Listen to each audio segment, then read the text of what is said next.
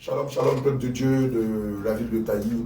Ce matin, j'ai une pensée pour tous ceux-là qui sont amoureux de la vérité, tous ceux-là qui font les choses avec cohérence, tous ceux-là qui aiment Jésus, tous ceux-là qui veulent aller en eau profonde avec le Seigneur Jésus-Christ. Ce matin, je veux saluer les autorités de la ville de Tailly, la population dans tout son ensemble, les forces vives, les forces actives de la ville de Tailly, les jeunes et les vieux de Tailly, les femmes et les jeunes filles de Tailly. Bien-aimés, lorsqu'on lit le livre de Romains 10 au verset 14 à 15, la parole de lui déclare ceci. Comment donc invoqueront-ils celui en qui ils n'ont pas cru? Et comment croiront-ils en celui dont ils n'ont pas entendu parler? Et comment entendront-ils parler s'il n'y a personne qui prêche? Et comment y aura-t-il des prédicateurs s'ils ne sont pas envoyés, selon qu'il est écrit, qu'ils sont beaux les pieds de ceux qui annoncent la paix, de ceux qui annoncent la bonne nouvelle. Bien-aimés, ce matin, nous sommes ici dans la ville de Tailly, à la radio Tailly, afin d'annoncer la bonne nouvelle. Bien-aimés, quand on parle de bonne nouvelle, comprend par là qu'il s'agit ici de l'évangile de Christ. Comprend par là qu'il s'agit ici de la saine doctrine et de ses rudiments. Comprendre ici qu'il s'agit des commandements, des lois morales, des préceptes, des ordonnances, des statuts, des alliances, des règles qui sont inspirés de la parole de Dieu. Bien-aimé, et donc voici la bonne nouvelle qui est une nouvelle libératrice, qui est une nouvelle, bien-aimé, qui viendra pour t'affranchir de ton ignorance, qui viendra pour t'affranchir du joug du péché, qui viendra pour t'affranchir des ténèbres afin de t'amener à l'admirable lumière de notre Seigneur Jésus. Bien-aimé, l'homme de Dieu l'a signifié tout à l'heure, je ne suis pas seul sur le plateau. Je vais donner l'occasion à mes confrères de se présenter. Et puis juste après, on va malaxer la farine. Juste après, on va pétrir la farine. Juste après, on va préparer la farine. Et vous donner des bons mets, de bons gâteaux succulents, doux au palais, qui vous permettront de les déguster et d'apprécier ces rudiments-là. Que le Seigneur vous bénisse. Alléluia, peuple de Dieu, que le Seigneur Jésus-Christ vous bénisse. Alléluia, peuple de Tailly, que le Seigneur te bénisse richement. Alléluia. Comme l'homme de Dieu l'a dit, je suis l'évangéliste Élie du Réveil International Jésus revient. Que le Seigneur vous bénisse. Allez, shalom, shalom. Alléluia, alléluia. Que la paix et la grâce soient infiniment variées dans votre vie.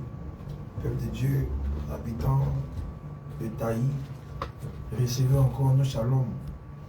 Moi, c'est votre serviteur, l'apôtre Élisée. Que le Seigneur vous bénisse. Que la grâce et la paix soient avec vous. Shalom, shalom, peuple de Tailly, que la grâce de notre Seigneur soit avec vous. Moi, je suis l'évangéliste David, et ce matin, nous sommes là encore pour vous annoncer la parole de la vérité. Que Dieu vous bénisse. Alléluia, peuple de Tailly, je prie ce matin afin que le Saint-Esprit vous visite par ce feu qui va sortir de la bouche de ses serviteurs. Je prie ce matin afin que ce feu qui sortira de la bouche de ses serviteurs fasse tomber les écailles de vos yeux, consume le mur de Jéricho, renverse les prisons de l'ignorance, renverse les prisons de l'abêtissement spirituel, renverse les prisons de l'analphabétisme spirituel et vous amène à comprendre réellement quelle est la volonté parfaite de Dieu pour vous. Bien-aimés, ce matin, comme nous l'avons dit si bien, nous sommes venus ici afin de pétrir la farine, afin de la malaxer, afin de donner une forme à cette farine et de la mettre au four et de la préparer à une farine de gâteau qui, à mon avis, sera très douce, très bon à ton palais, agréable au goûter et qui va te rassasier. Bien aimé, je voudrais qu'on parle un peu de la restitution. Amen. Je ne sais pas si tu as déjà entendu parler de la restitution, mais tu dois savoir que la restitution fait partie des piliers du fondement de la saine doctrine. Et pour beaucoup, dans ton passé ou dans leur passé, ils ont eu à faire des choses, voler, escroquer, abuser, voler l'électricité, voler l'eau, prendre des dettes, refuser de payer ces dettes-là. Certaines même ont eu des enfants avec des pauvres personnes et que de donner, que d'attribuer la paternité de l'enfant au vrai père, parce que le père est dans la galère, la bonne dame va attribuer la paternité de l'enfant à une autre personne. Est-ce que ces choses sont conformes à la saine doctrine? Est-ce que ces choses sont conformes à l'évangile de Christ? Alléluia. Question. Alléluia. Amen. De Dieu, que le Seigneur vous bénisse richement. Le Seigneur dit dans le livre de Amos 3, 7, car le Seigneur l'Éternel ne fait rien sans avoir révélé ses secrets à ses serviteurs les prophètes. Dieu, avant de faire quoi que ce soit, prend la peine d'avertir le peuple de Dieu. Et si nous voyons les images, Dieu, avant d'envoyer le déluge du temps de Noé, a pris la peine d'avertir le peuple du temps de Noé. Et au même titre aussi du temps de Sodome et Gomorrhe.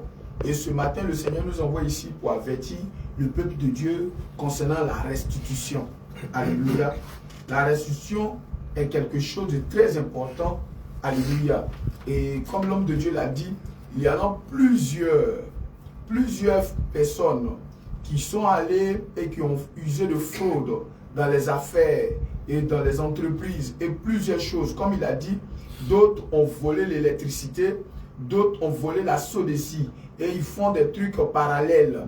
D'autres, c'est dans les entreprises qui travaillent et dans l'entreprise, ils font des kennes et ils volent même leur entreprise et ils deviennent des concurrents de leur entreprise. Et bien aimé, ces choses-là ne plaisent pas à Dieu et le Seigneur dit dans le livre de Romains, chapitre 13, à partir du verset Romains 13, à partir du verset 8. Romains 13, verset 8, il déclare ceci. Oui. Ne devez rien à personne. Alors Dieu dit de ne pas devoir à quelqu'un, ne devez rien à personne. Si ce n'est de vous aimer les uns Si les ce n'est autres. de vous aimer. Donc, bien aimé, Dieu ne veut pas que tu dois quelqu'un ou bien que tu as une dette de quelqu'un. Nos traditions nous disent que non, quand la personne meurt, les parents vont rembourser. En réalité, ce n'est pas aux parents de rembourser, mais c'est au défunt, celui de son vivant qui doit rembourser la dette. Et non après la mort de ses parents. Alléluia.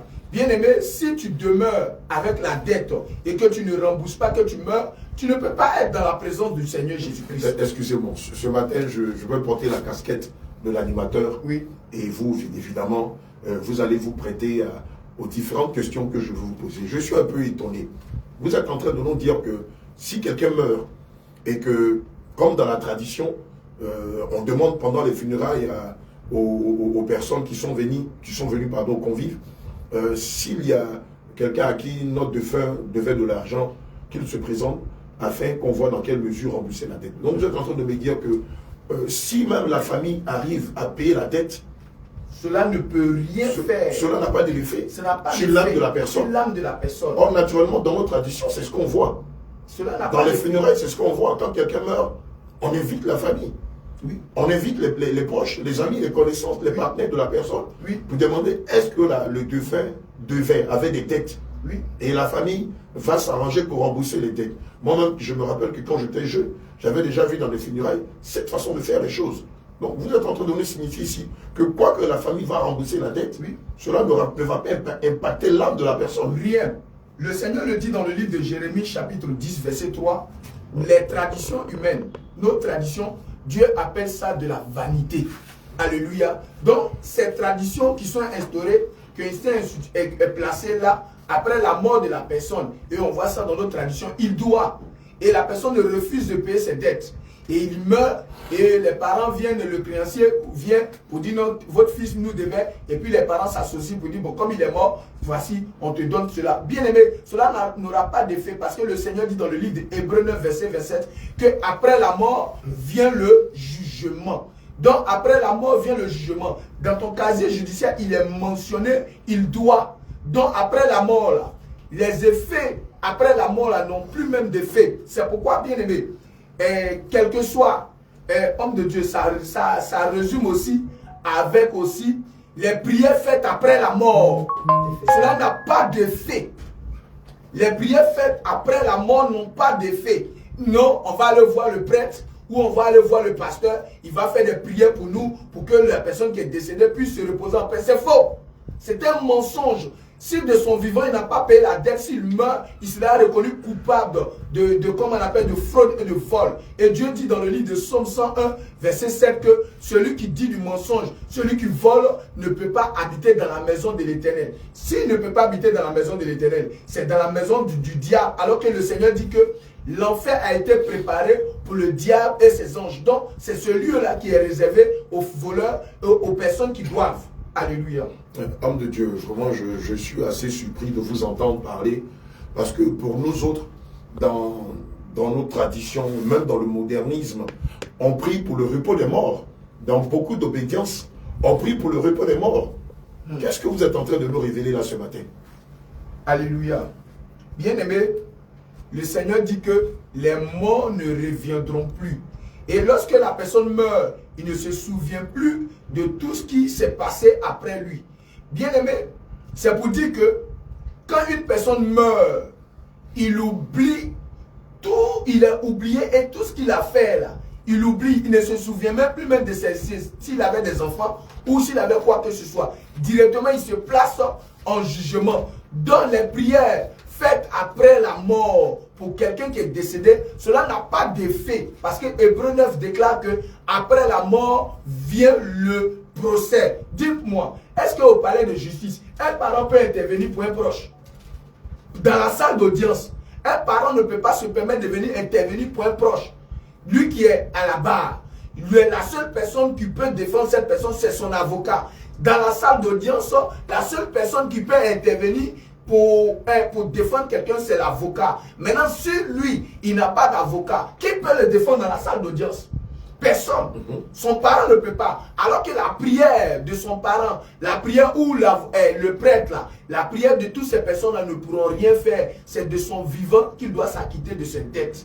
C'est de son vivant, il doit payer tout ce qu'il doit payer. Et s'il meurt, bien aimé, avec des dettes, il sera reconnu coupable de vol, de fraude. Donc si nous comprenons bien, cela sous-entend que quoi que la famille va payer la dette, quand la famille va payer la dette, oui, cela n'aura aucun impact sur l'âme de la personne qui est décédée. Même pas. Donc, on peut dire que cette tradition n'a pas d'incidence dans le monde des morts. Rien. Ce n'est qu'un mensonge. C'est pas le Seigneur dit que les traditions des hommes là, ne sont que vanité. Jérémie 10, verset 3, on peut le lire. Jérémie chapitre 10, verset 3. Donc, bien aimé, la restitution est quelque chose de primordial dans la vie de l'homme, bien-aimé. Bien-aimé, toi, tu as pris des champs à crédit.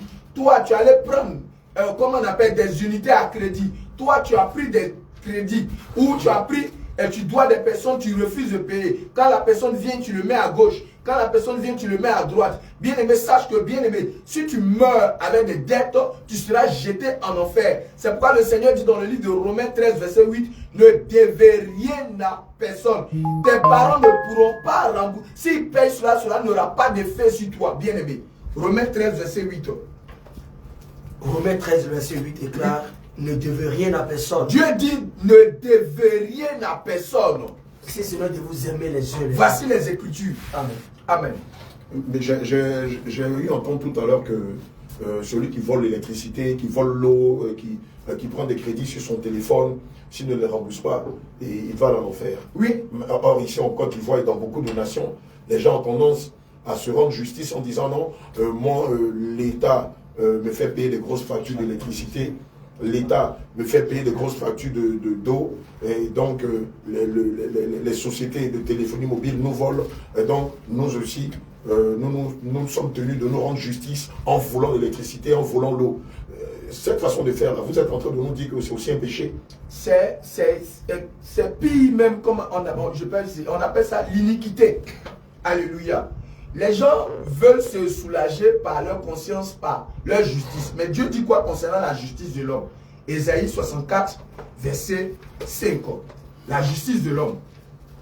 Oui, il se base sur ses raisons. Non, j'ai raison. Parce que on voit aussi avec nos jeunes frères qui disent que non, les brouteurs, les blancs nous ont trop volé. Ils parlent de la dette coloniale. Voilà, dette coloniale, donc eux aussi ils ont le droit de voler. Bien aimé, le Seigneur dit dans le livre des Psaumes 64, verset 5, oui. Ésaïe 64, oui. verset 5. Oui.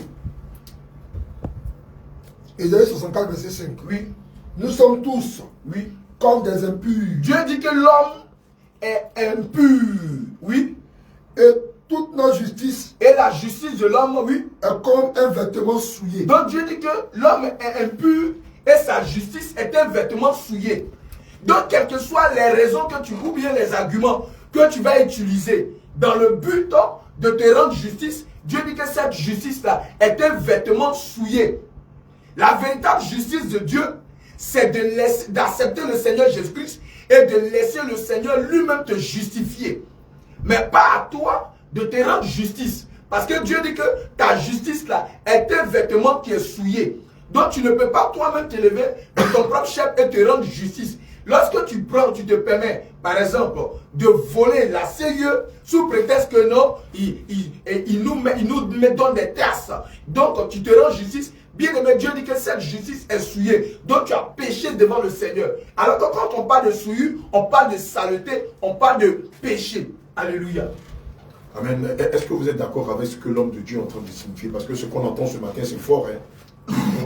Tout à fait d'accord. Parce que nous pouvons dire qu'il y a aussi un témoin très éloquent qui vient attester son dit. Parce que la Bible déclare que dans Matthieu chapitre 18, verset 15, qu'un fait sera réglé sur la déposition de 2 ou de 3 témoins. Amen. Donc 7 ans, il a donné déjà un témoin. Mais nous allons repartir encore dans Jacques chapitre 1, verset 20. Jacques chapitre 1, le verset 20 déclare: car la colère de l'homme n'accomplit pas la justice de Dieu. Amen. Donc, la Bible nous dit que la colère de l'homme ne peut non seulement accomplir la justice de Dieu. Ça veut dire qu'un homme, peu importe les circonstances qu'il peut vivre, ne peut pas se rendre justice lui-même. Jamais. Parce que ta justice, selon ta propre pensée ou selon tes œuvres, n'est pas la justice de Dieu. Donc toutes ces personnes qui disent que comme la CIE me vole, il me faut des surfacturations, moi aussi, je vais faire aussi des antennes parallèles. Je vais voler, je vais distribuer le courant à quiconque me demande. En réalité, toi, tu n'as pas le droit de faire ce genre de choses. Ces choses reviennent à la CIE. Toi, en tant qu'un enfant de Dieu, tu dois comprendre que le fait que tu veux te faire justice toi-même en volant la CIE, tu es déjà condamné devant le Seigneur. Amen. Je prends des exemples là, dans le droit.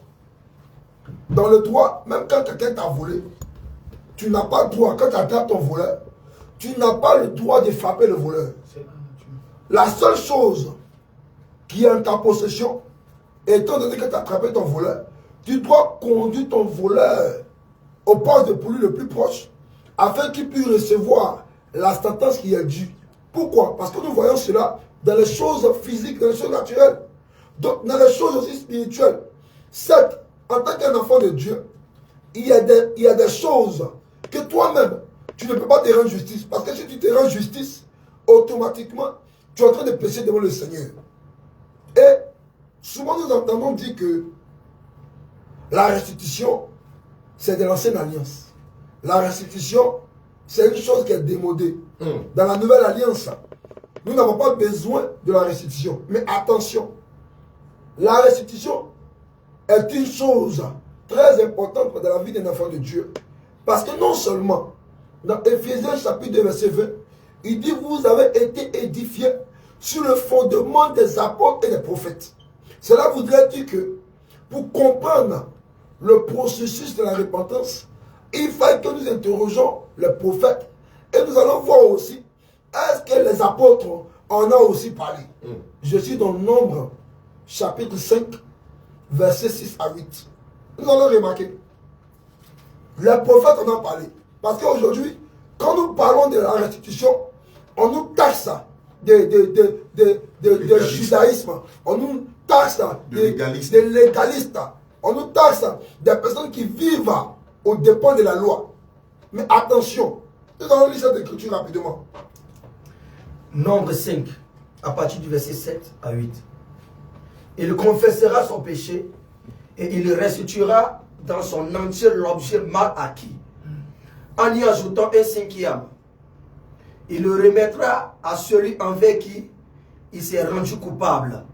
S'il n'y a personne qui ait droit à la restitution de l'objet mal acquis, cet objet revient à l'Éternel, au sacrificateur, outre le bélier expiatoire avec lequel on fera l'expiation pour le coupable.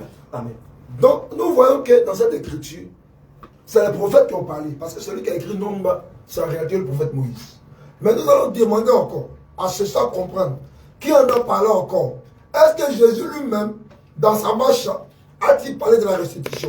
Luc chapitre 19, verset 8.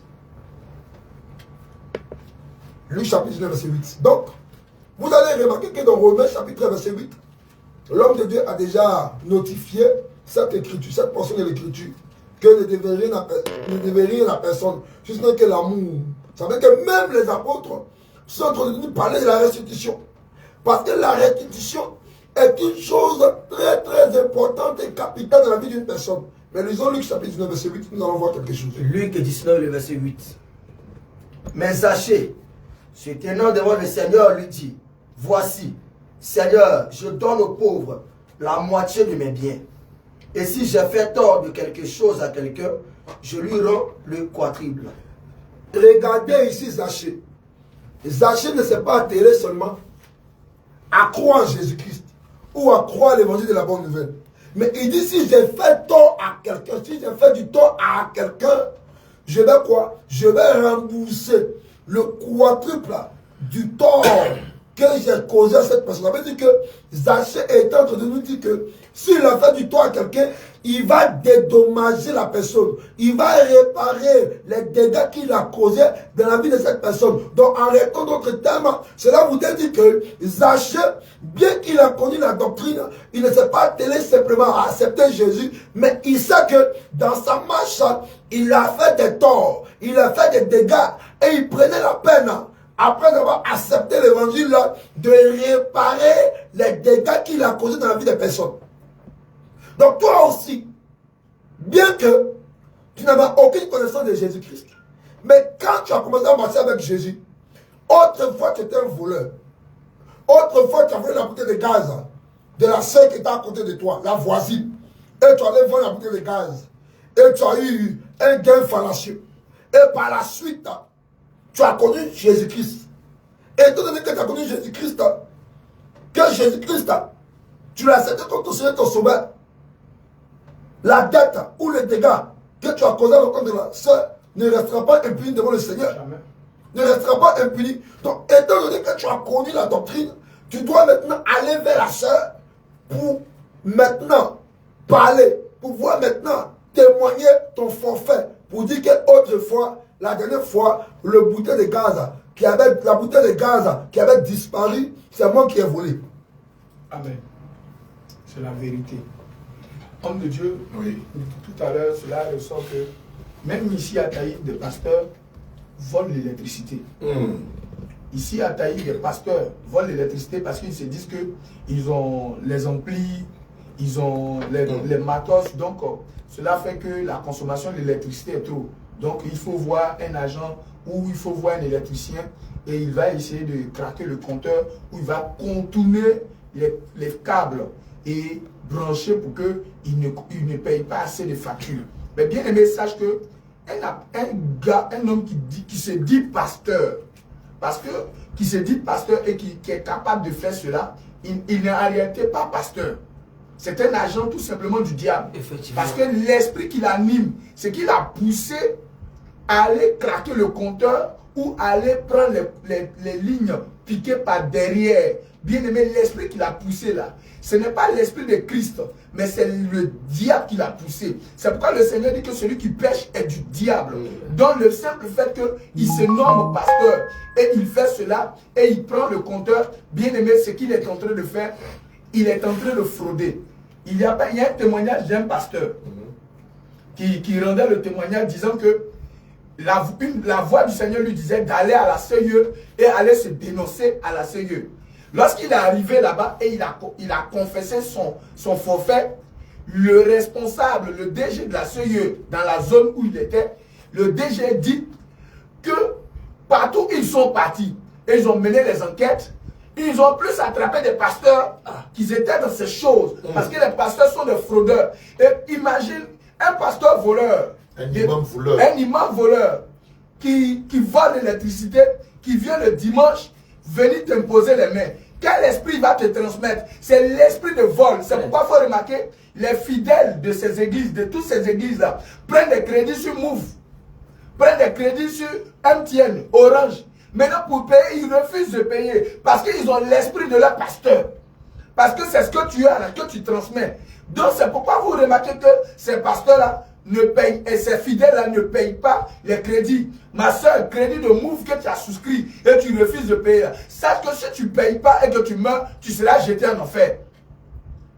Crédit de MTN que tu as pris et que tu refuses de payer et que quand tu arrives à la cabine, tu dis il faut faire souscription au lieu de faire transfert direct là. Si tu ne te réponds pas et que tu ne rembourses pas ta dette, si tu meurs, tu seras jeté en enfer.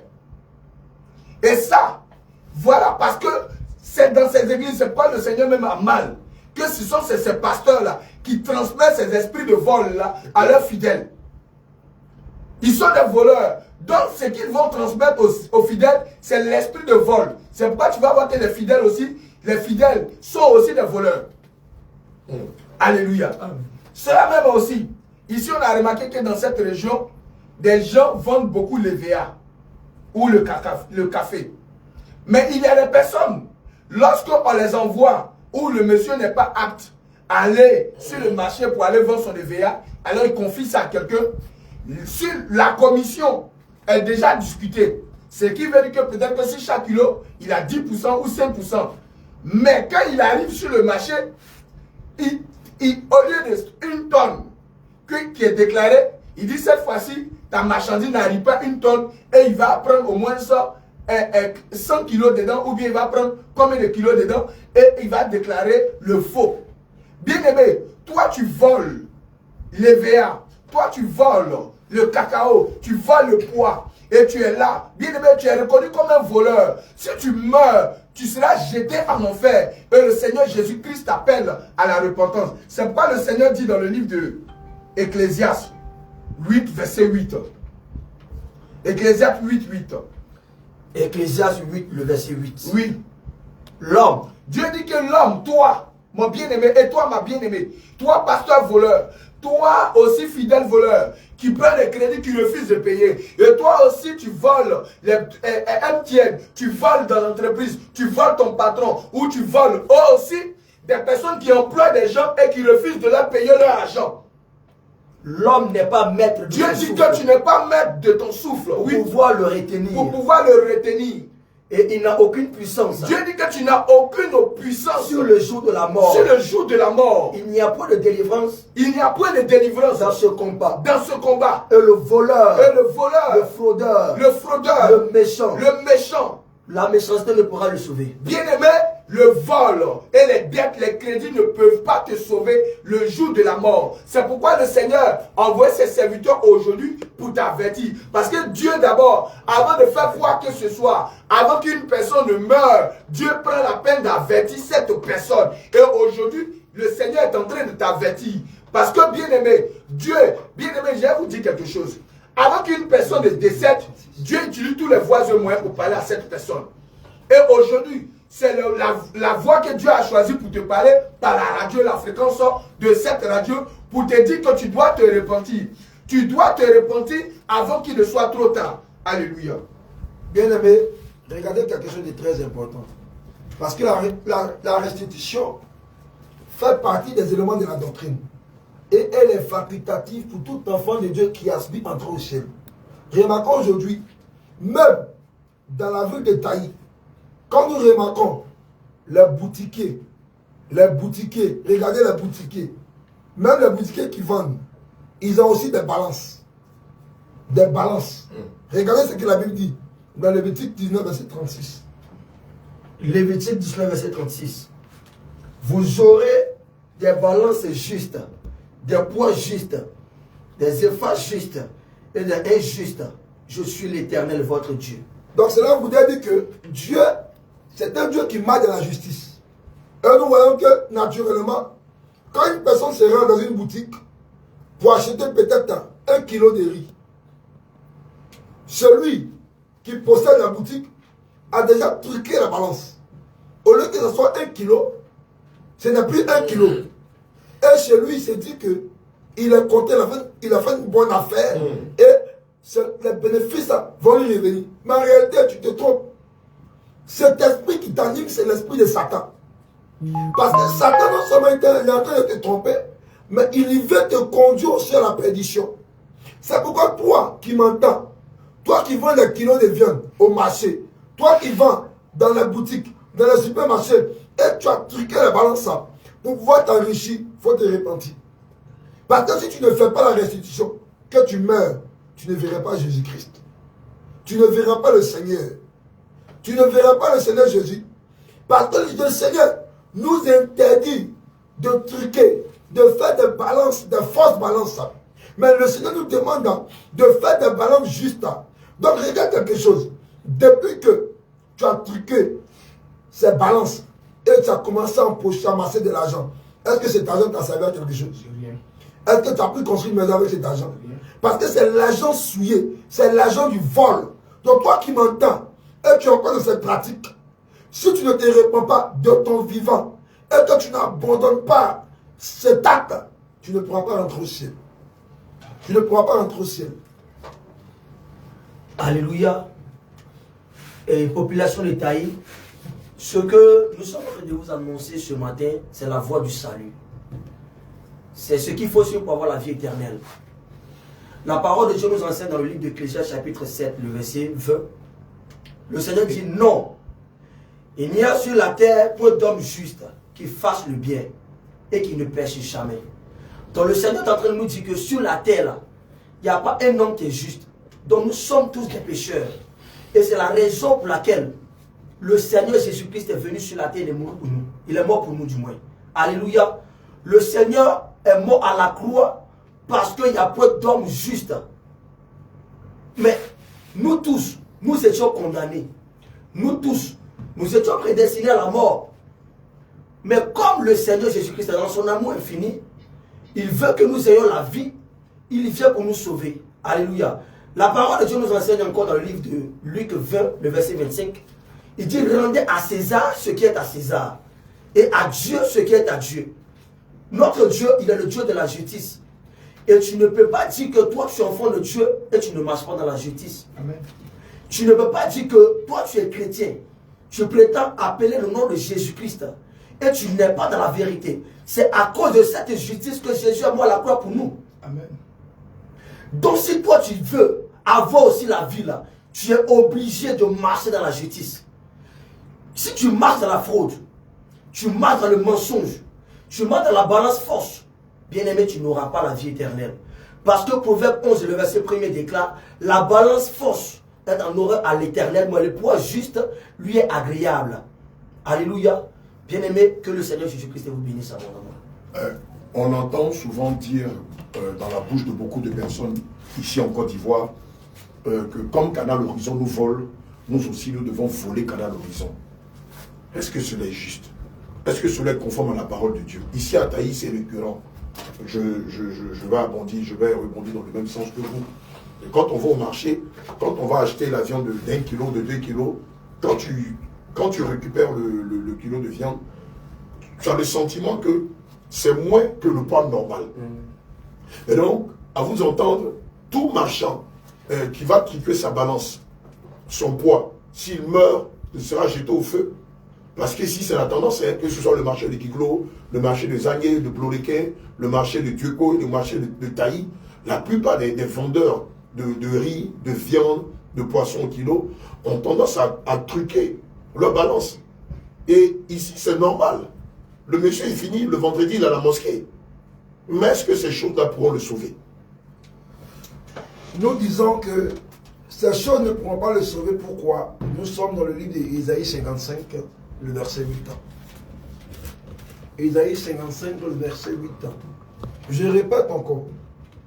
Toute personne qui truque sa balance ne pourra pas rentrer au ciel. Tant qu'il ne se répand pas et il n'abandonne pas ses mauvaises voies, ses mauvaises actions. Lisons Ésaïe 55, verset 8. Ésaïe 55, le verset 8. Car mes pensées ne sont pas vos pensées et vos voix ne sont pas mes voix, dit l'Éternel. Donc, la voie, la tournure, la démarche qu'il a pris n'est pas la voie du Seigneur. Tu peux faire quelque chose, tu peux poser un acte devant toi ou mettre dans ta marche te disant que l'acte que tu as posé, ça plaît au Seigneur. Non, ça ne plaît pas au Seigneur. Donc, tous ceux qui disent dans leur pensée que ce qu'ils sont en train de faire, c'est une bonne chose, Ça, c'est la pensée, mais ce n'est pas la pensée du Seigneur.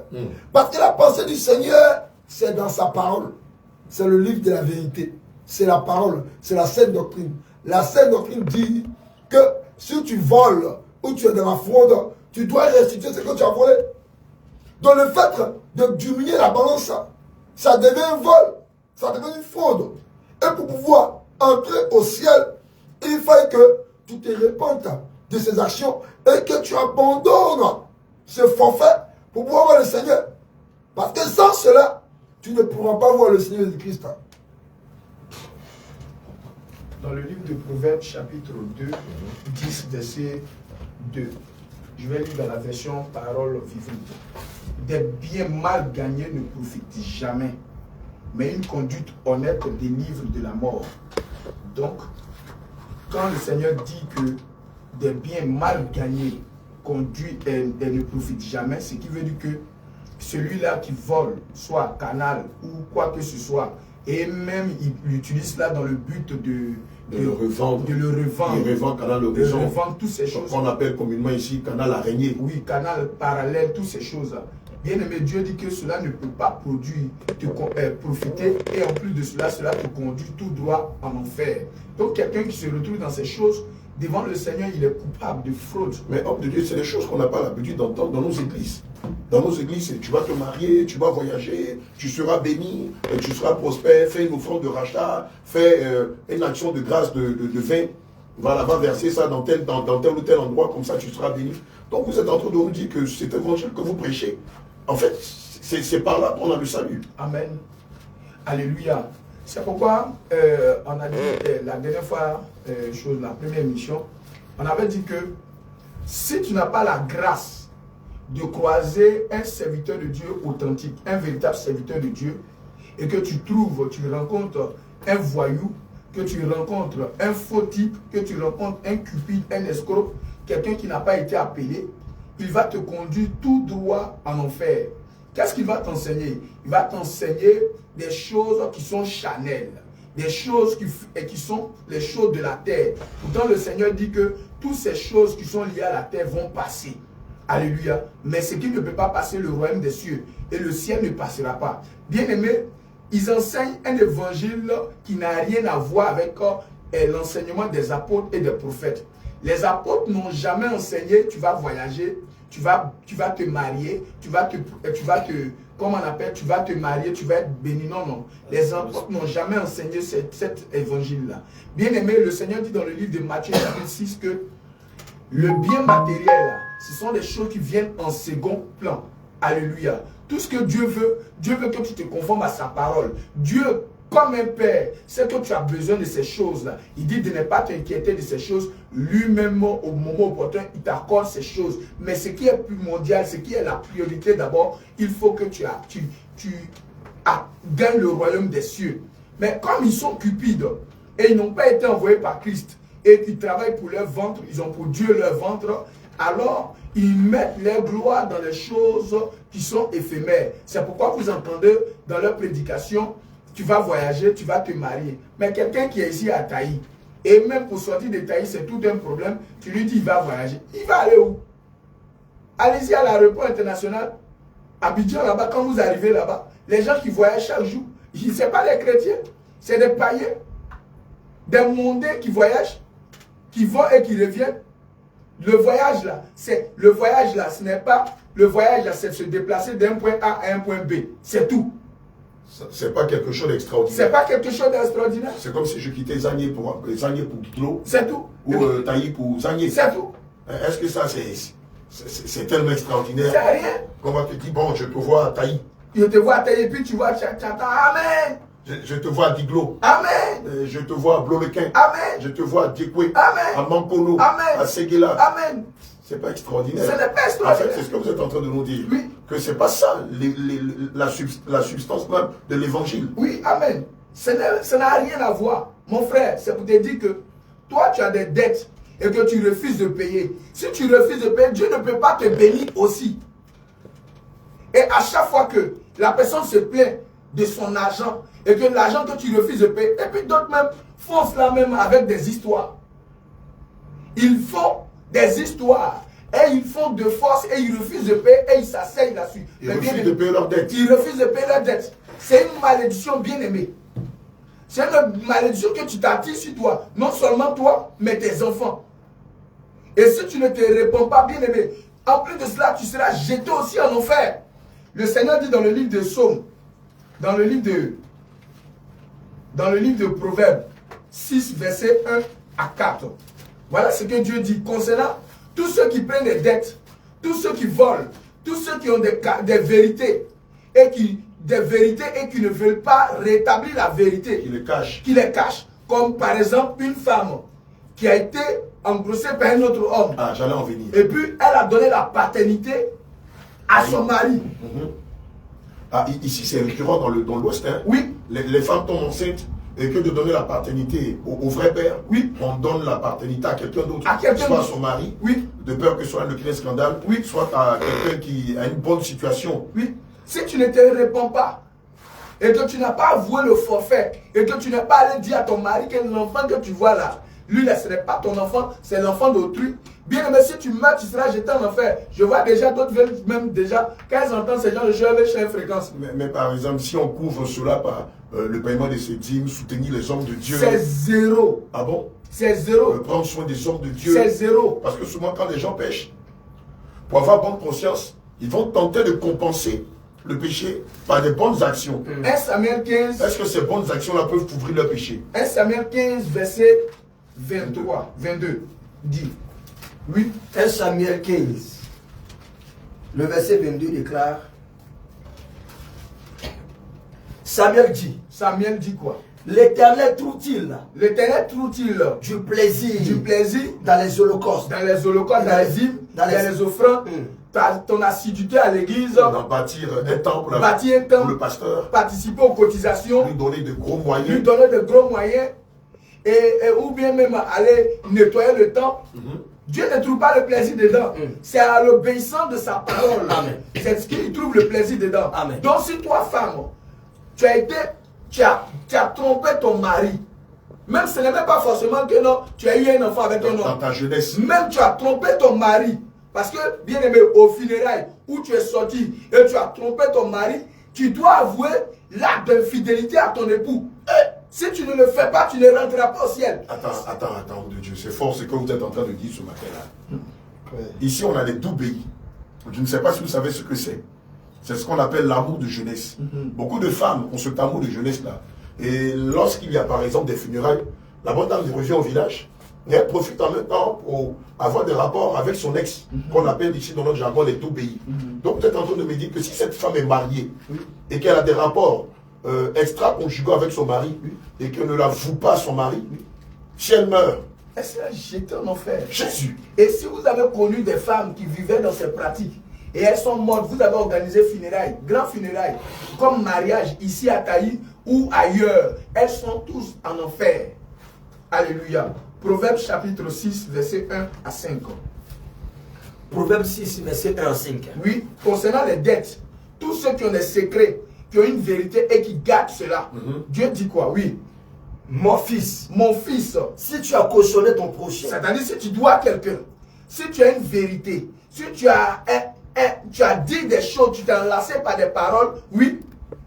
Si tu t'es engagé, pour autrui, si tu es enlacé, oui, par les paroles de ta bouche, oui, si tu es pris par les paroles de ta bouche, oui, fais donc ceci. Fais quoi? Mon fils, oui, dégage-toi. Le Seigneur dit de te dégager. Se dégager ici, c'est d'aller avouer, d'aller rétablir la vérité. Si tu es lié par une vérité que tu dois dire, tu dois aller rétablir la vérité. Si tu es lié par un mensonge que tu as caché depuis très longtemps, par la paternité d'un enfant, toi homme aussi, tu es concerné parce qu'il ne faut pas qu'on pense que la parole de Dieu concerne seulement les femmes. Non, toi homme, tu as eu des infidélités avec ta femme, tu as trompé ta femme, tu as eu des enfants dehors. Tu dois aller avouer l'acte d'infidélité à ta femme et confesser que non, tu as eu des enfants dehors. Et te repentir. Et sinon, si tu meurs dedans, bien aimé, oui, continue, homme de Dieu. Fais donc ceci, mon fils. Fais donc ceci, oui. Dégage-toi. Le Seigneur dit, dégage-toi. Puisque tu es tombé au pouvoir de ton prochain. Parce que le fait que tu as posé un acte d'infidélité, où tu dois des personnes, où tu as des dettes, où tu as volé, que tu dois rétablir la vérité, Dieu dit que tu es tombé au pouvoir de ton prochain. Oui, va. Le Seigneur dit va. Prosterne-toi. Va te prosterner devant cette personne et fais des instances au va t'humilier devant cette personne et va rétablir la vérité. Amen. Ne donne ni sommeil à tes yeux. Dieu dit que pour cette affaire de dette, de vol, d'une vérité que tu dois établir, ne donne ni sommeil à tes yeux. Ça veut dire que ne laisse même pas ne donne pas le temps. Parce que si le sommeil ici représente la mort, parce que si tu donnes le sommeil à tes yeux, que tu meurs. Le Seigneur dit dans le livre que le salaire du péché, c'est la mort. Et le Seigneur dit dans le livre de Hébreux 9, verset 27, que après la mort vient le jugement. Donc si tu meurs avec des dettes, tu seras reconnu pour coupable. Que tu sois imam, que tu sois boucher, que tu sois commerçant, que tu sois, comme on appelle, homme qui travaille à la radio, à la mairie, quel que soit le service, l'activité que tu fais, ou couturier. Oui, homme de Dieu, excuse-moi. Ça m'est venu à l'esprit. Vous les couturiers de taillis, on vous donne des tissus pour coudre.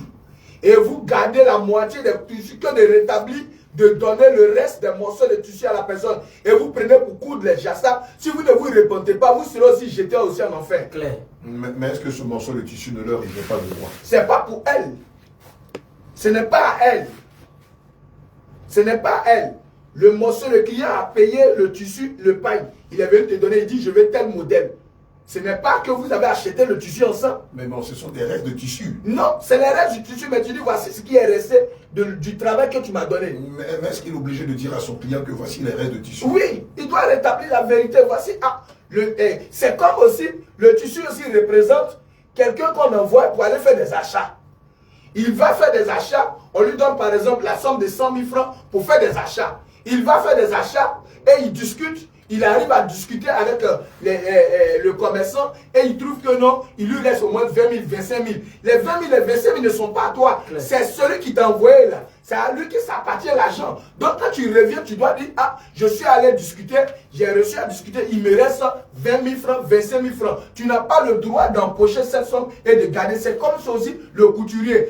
Le client envoie le tissu de coudre, il envoie son pagne de coudre, que le pagne soit joli ou pas, il t'envoie de coudre. Quand tu finis de coudre le modèle qu'il veut, le reste de tissu là tu attaches et tu déposes ça sur le vêtement cousu. Quand le client vient et tu lui dis voilà ce qui est resté de tes tissus, que veux-tu que je fasse avec? Si le client te dit conserve, tu es libre. Mais il ne t'a pas dit de conserver et tu gardes ça et après tu couds des chemises pagne et le client retrouve son morceau de pagne dans ton habit. Attends, mais à cette allure-là, oui, beaucoup de couturiers risquent de perdre leur salut. Claire. Beaucoup de couturiers risquent de se retrouver en enfer. Oui. Parce que c'est tendancieux chez les couturiers. Oui. De garder les restes de tissu de leurs clients. Oui. Et de coudre d'autres types de vêtements avec et de se faire un peu d'argent. S'ils meurent, ils seront reconnus comme coupables. J'ai l'impression, j'ai le sentiment que l'homme de Dieu, Élisée, veut ajouter quelque chose. Je vais parler aussi dans cette dynamique-là parce que, comme l'homme de Dieu a dit, la restitution est tellement vaste. Et nous parlons aussi de couturiers ou autres, mais même dans la maison de Dieu, il y a des personnes qui doivent faire la restitution. Allons-y dans Matthieu chapitre 5. Le verset 22 à 24. Matthieu 5, le verset 22. Fais-moi, excusez-moi, mais moi, je vous dis que quiconque se met en colère contre son frère mérite d'être puni par les juges.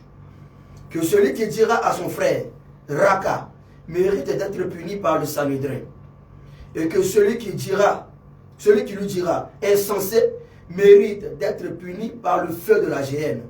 Si donc tu présentes ton offrande à l'autel et que là tu te souviens que ton frère a quelque chose contre toi, laisse là ton offrande devant l'autel et va d'abord te réconcilier avec ton frère, puis viens présenter ton offrande.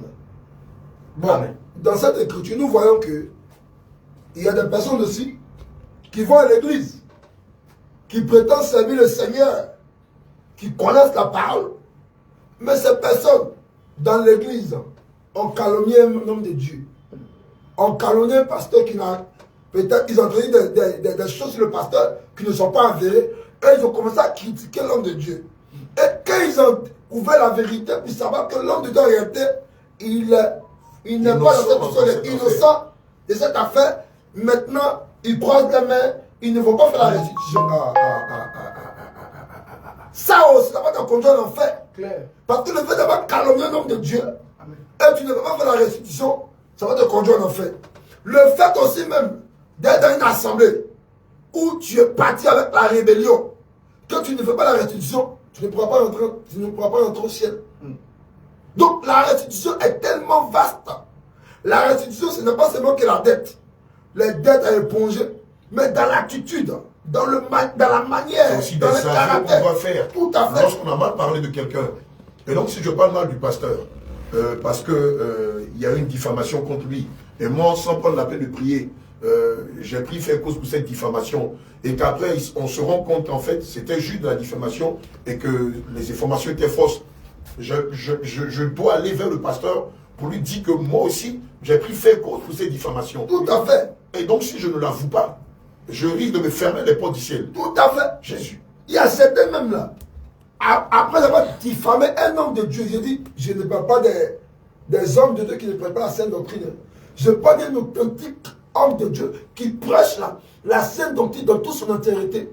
Si tu ne fais pas attention, que tu l'as calomnié, que tu l'as critiqué, tu peux même là fermer les portes du ciel sur toi, mais ta vie sera une vie truffée de malédictions. Ouais, c'est la vérité. Truffée de malédictions. Donc plusieurs, par ignorance, ils ont parlé dans la vie d'un homme de Dieu. Et aujourd'hui, ils constatent qu'ils ont tous les problèmes, toutes les difficultés dans leur vie. Or, ce qu'ils avaient dit sur l'homme de Dieu n'était pas vrai. C'était de la diffamation, c'était du mensonge. Mais le fait que tu as comploté aussi, tu as parlé dedans aussi, tu es aussi coupable. C'est pourquoi Matthieu 5 nous dit que si tu vois que tu as problème avec ton frère, laisse d'abord ton offrande et va te réconcilier avec ton frère.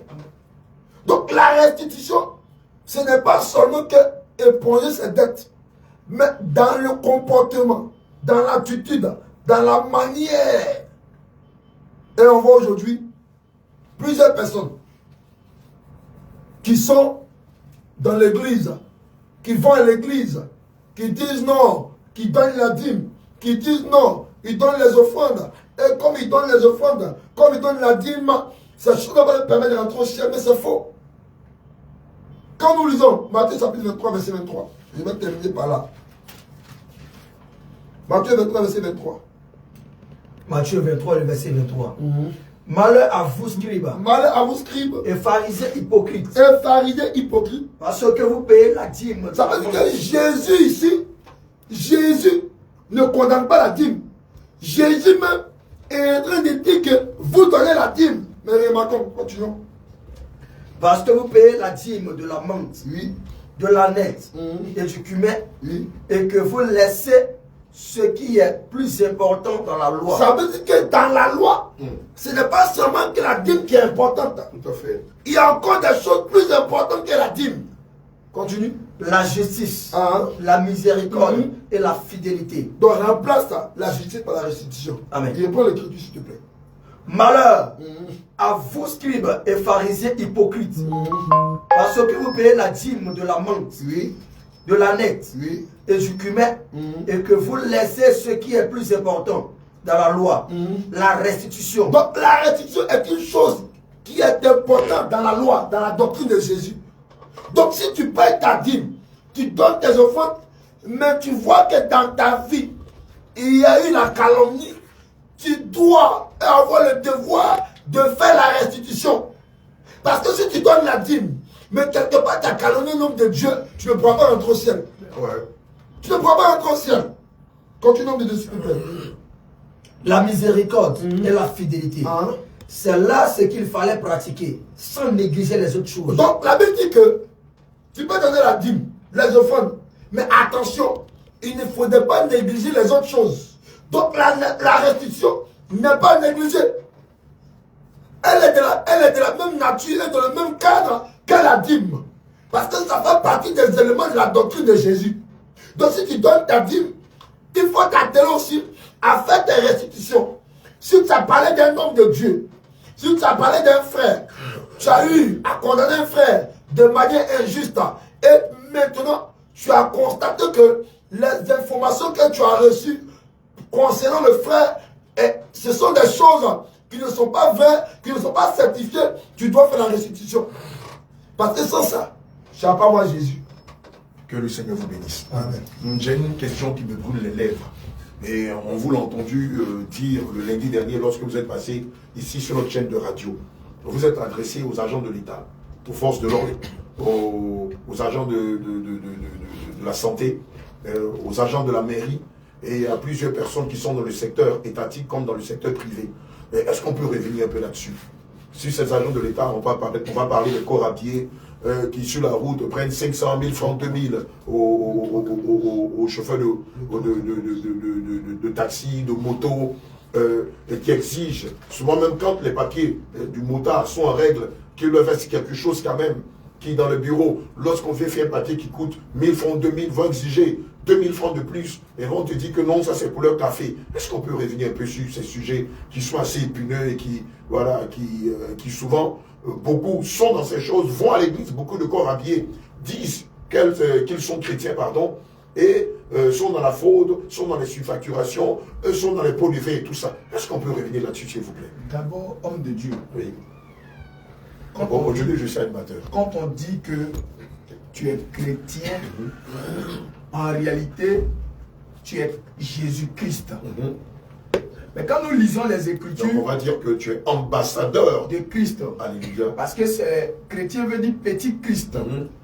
Donc, quand on te voit en train de faire de la corruption, prendre, mentir, utiliser les tacts dans le but de t'arrondir les fins du mois, tu es en train de dire c'est ce que Christ est. Je parle ici des gens qui se disent qu'ils sont chrétiens et qui volent, qui font de la fraude, qui font des faux documents et qui sont dans les activités, agents de CIE, officiers de police, qui est sur la route en train de faire des racotages, comme le déclare dans le livre de Luc. On peut le lire. Luc 3, verset 10 à 14. Oui. Luc 3, le verset 14. Oui. Des soldats aussi lui demandèrent. Voilà, ici les soldats représentent tous ceux qui travaillent pour l'État. Oui. Et nous, que devons-nous faire? Que devons-nous faire? Il leur répondit. Il leur répondit quoi? Ne commettez ni extorsion. Dieu dit que de ne pas de commettre d'extorsion, oui, Ni de fraude. ni de fraude Envers personne. envers personne. Et contentez-vous de votre Dieu dit solde. contentez-vous de votre solde. Si le monsieur, le gars, n'est pas en règle, ce que vous devez faire, appliquer la loi. Le verbaliser, C'est tout. un papillon. C'est tout. Mais est-ce que aussi c'est pas une façon de faciliter la tâche à ces personnes qui ne sont pas en Mais règle? la corruption va Est-ce que toujours, c'est pas un compromis? ça va toujours demeurer et il va vivre de cela. Cela ne va pas encourager le monsieur à se mettre en règle. Parce qu'il va se dire que si ma moto n'est pas en règle ou la voiture n'est pas en règle, si je vais arriver à un corridor ou à un poste de police, je donne 1000 francs. Il va me laisser passer. Donc, il va toujours mettre ses 1000 francs dans la poche et il ne sera jamais en règle. Et on va rester dans l'illégalité. Pourtant, l'officier est là pour établir la justice. Donc lui-même va rendre compte aussi à Dieu. Parce que Dieu dit dans le livre de Romains que c'est Dieu qui établit aussi le magistrat.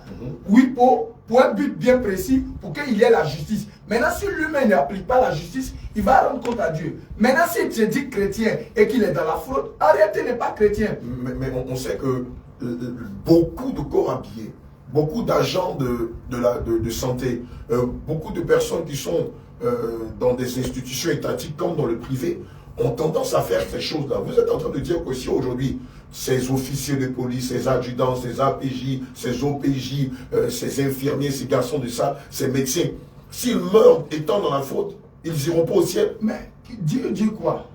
Qu'aucun menteur, aucun voleur ne peut hériter le royaume des cieux. Donc c'est les Écritures. Ils ne peuvent pas entrer au ciel. Dieu ne peut pas ça. Dieu n'est pas. Surtout qu'ils sont nombreux qui font ça. Dieu regarde à sa parole. Et est-ce qu'il n'y a pas d'arrangement avec Dieu? Dieu déclare dans les Écritures que le chemin large, il est spacieux et il y en a beaucoup qui y entrent par là. Donc, un fraudeur passe par le... Tous ceux qui sont dans la fraude ou dans le mensonge sont sur le chemin large qui est spacieux. Psaume 101, le verset 7 déclare, Oui. celui qui se livre à la fraude n'habitera pas dans ma maison. Wow. Celui qui dit des mensonges ne subsistera pas en ma présence. Donc, je prends une image. On a 10 millions de corps habillés dans la Côte d'Ivoire. Il y en a 9 500 sur les 10 millions qui sont dans la fraude, dans la gabégie, qui sont dans le népotisme, qui sont dans les surfacturations, qui sont dans la corruption. Vous êtes en train de me dire que ces 9 500 seront jetés en enfer. Waouh! Malgré le grand nombre de ce corps habillés qui sont dans le fond. Homme de Dieu, laisse-moi te dire que avant qu'il y ait le déluge, la population qui vivait sur la terre dépassait le nombre que nous sommes aujourd'hui. C'est ça. Parce que cette population était mélangée des anges déchus. Donc là, la population était dense. Mais combien de personnes qui ont été sauvées? 8 personnes seulement, Wow. du temps de Noé. Et du temps de Lot, c'est des grandes villes, parce que c'était des villes prospères, où des gens partaient pour se faire de l'argent. Donc on va dire que ces villes avaient la taille d'une nation. D'une nation. Mais c'est Sodome et Gomorrhe. Combien de personnes qui ont été sauvées? 3 personnes. Lot et ses 2 filles. Les autres ont été consumés. Donc ce grand nombre d'agents de l'État qui sont dans la fraude, Et ils seront jetés dans la en enfer. corruption, En enfer. dans le vol, En enfer. dans les surfacturations, En enfer. dans ce qu'on appelle en Côte d'Ivoire les ken. En enfer. Dieu ne peut pas, vu la masse de personnes là, ne peut pas s'arranger avec elles pour fermer les yeux et leur donner accès à ses parvis célestes. Dieu dit l'obéissance de sa parole vaut mieux que les sacrifices. Tu n'obéis pas, le salaire du péché, de la désobéissance, c'est la mort. Oh. Si Dieu n'a pas épargné Adam, qu'il a chassé du jardin d'Éden, ce n'est pas un gars qui va épargner. Donc on comprend par là que Dieu ne fait acception de personne. Amen. Bon, admettons que ce soit par exemple des généraux, des magistrats, des hauts gradés, de grands médecins qui sont hors hiérarchie, qui sont dans la fraude. Ils sont jetés en enfer. Malgré leur titre, Ils sont jetés en enfer. malgré leur notoriété, Ils sont jetés en enfer. malgré qu'ils sont, on va dire, localement Ils connus, sont jetés en respectés enfer. par toutes les autres autorités. Ils sont, si vous les connaissez, qui sont décédés, ils sont en enfer. Jésus, un procureur, En enfer. un général En du corps enfer. d'armée, En enfer. Il est dans la fraude, il est en enfer. Et de surcroît, même s'il est dans la justice et qu'il n'a pas accepté Jésus, il est aussi jeté en enfer. wow. Parce que pour avoir le salut, il faut recevoir Jésus-Christ. En dehors de Jésus-Christ, la justice, que tu sois juste, parce qu'il y en a d'autres même qui sont un petit peu justes, que si tu sois juste et que tu n'as pas accepté Jésus-Christ, aussi en enfer. Mais on a des personnes qui ne croient pas en Jésus, mais qui posent de bonnes actions chaque année, qui vont acheter des médicaments pour aller donner dans les hôpitaux, qui achètent des vivres et des non-vivres pour aller dans des orphelinats pour les partager aux orphelins, qui souvent même dans leur quartier organisent des actions caritatives et tout ça. Vous êtes en train de nous dire ce matin que ces œuvres-là ne peuvent pas les sauver. Homme de Dieu, on va lire le livre de Job 14, versets 4 à 5 et Ésaïe 64 pour accorder ces 2 passages-là. Pour dire, d'abord, Dieu parle de la justice de l'homme, la gentillesse, La bonté, la charité, le don de soi, le don de soi, sans avoir Jésus. sans avoir Jésus. Dans le livre d'Ésaïe 64, verset 5, Dieu parle de ça. Dieu parle de la bonté, de la gentillesse de l'homme. Dieu appelle ça comment? Je lis dans Job. Ésaïe 64, verset 5. Ésaïe 64, verset 5 Oui. dit ceci.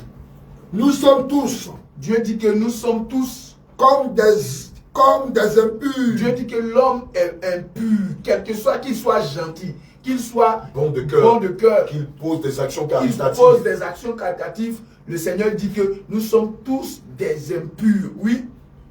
Et toute notre justice est comme un vêtement Et la souillé. gentillesse de l'homme est un vêtement souillé. Celui-là qui est capable d'enlever la souillure sur l'homme, c'est Jésus-Christ. Donc attendez, c'est fort quand même ce que vous êtes en train de nous expliquer ce matin, les hommes de Dieu.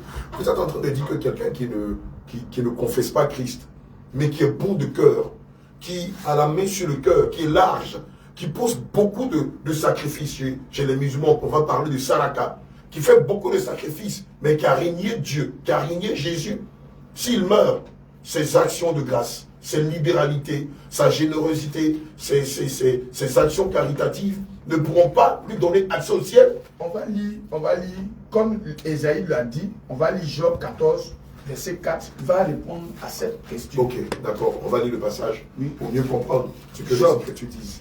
Job 14. Dieu dit que l'homme est souillé, est impur, et sa justice est un vêtement souillé. Amen. Et Job répond à cette question. Job 14, Oui. à partir du verset 4. Oui. Comme d'un homme souillé, D'un être souillé, sortira-t-il oui. un homme pur? Comment? Dieu dit déjà il est souillé. Il est impur. Sa justice est un vêtement souillé.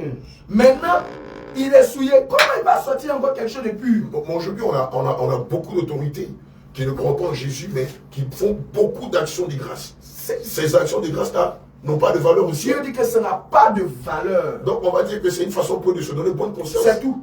Se consoler la tête.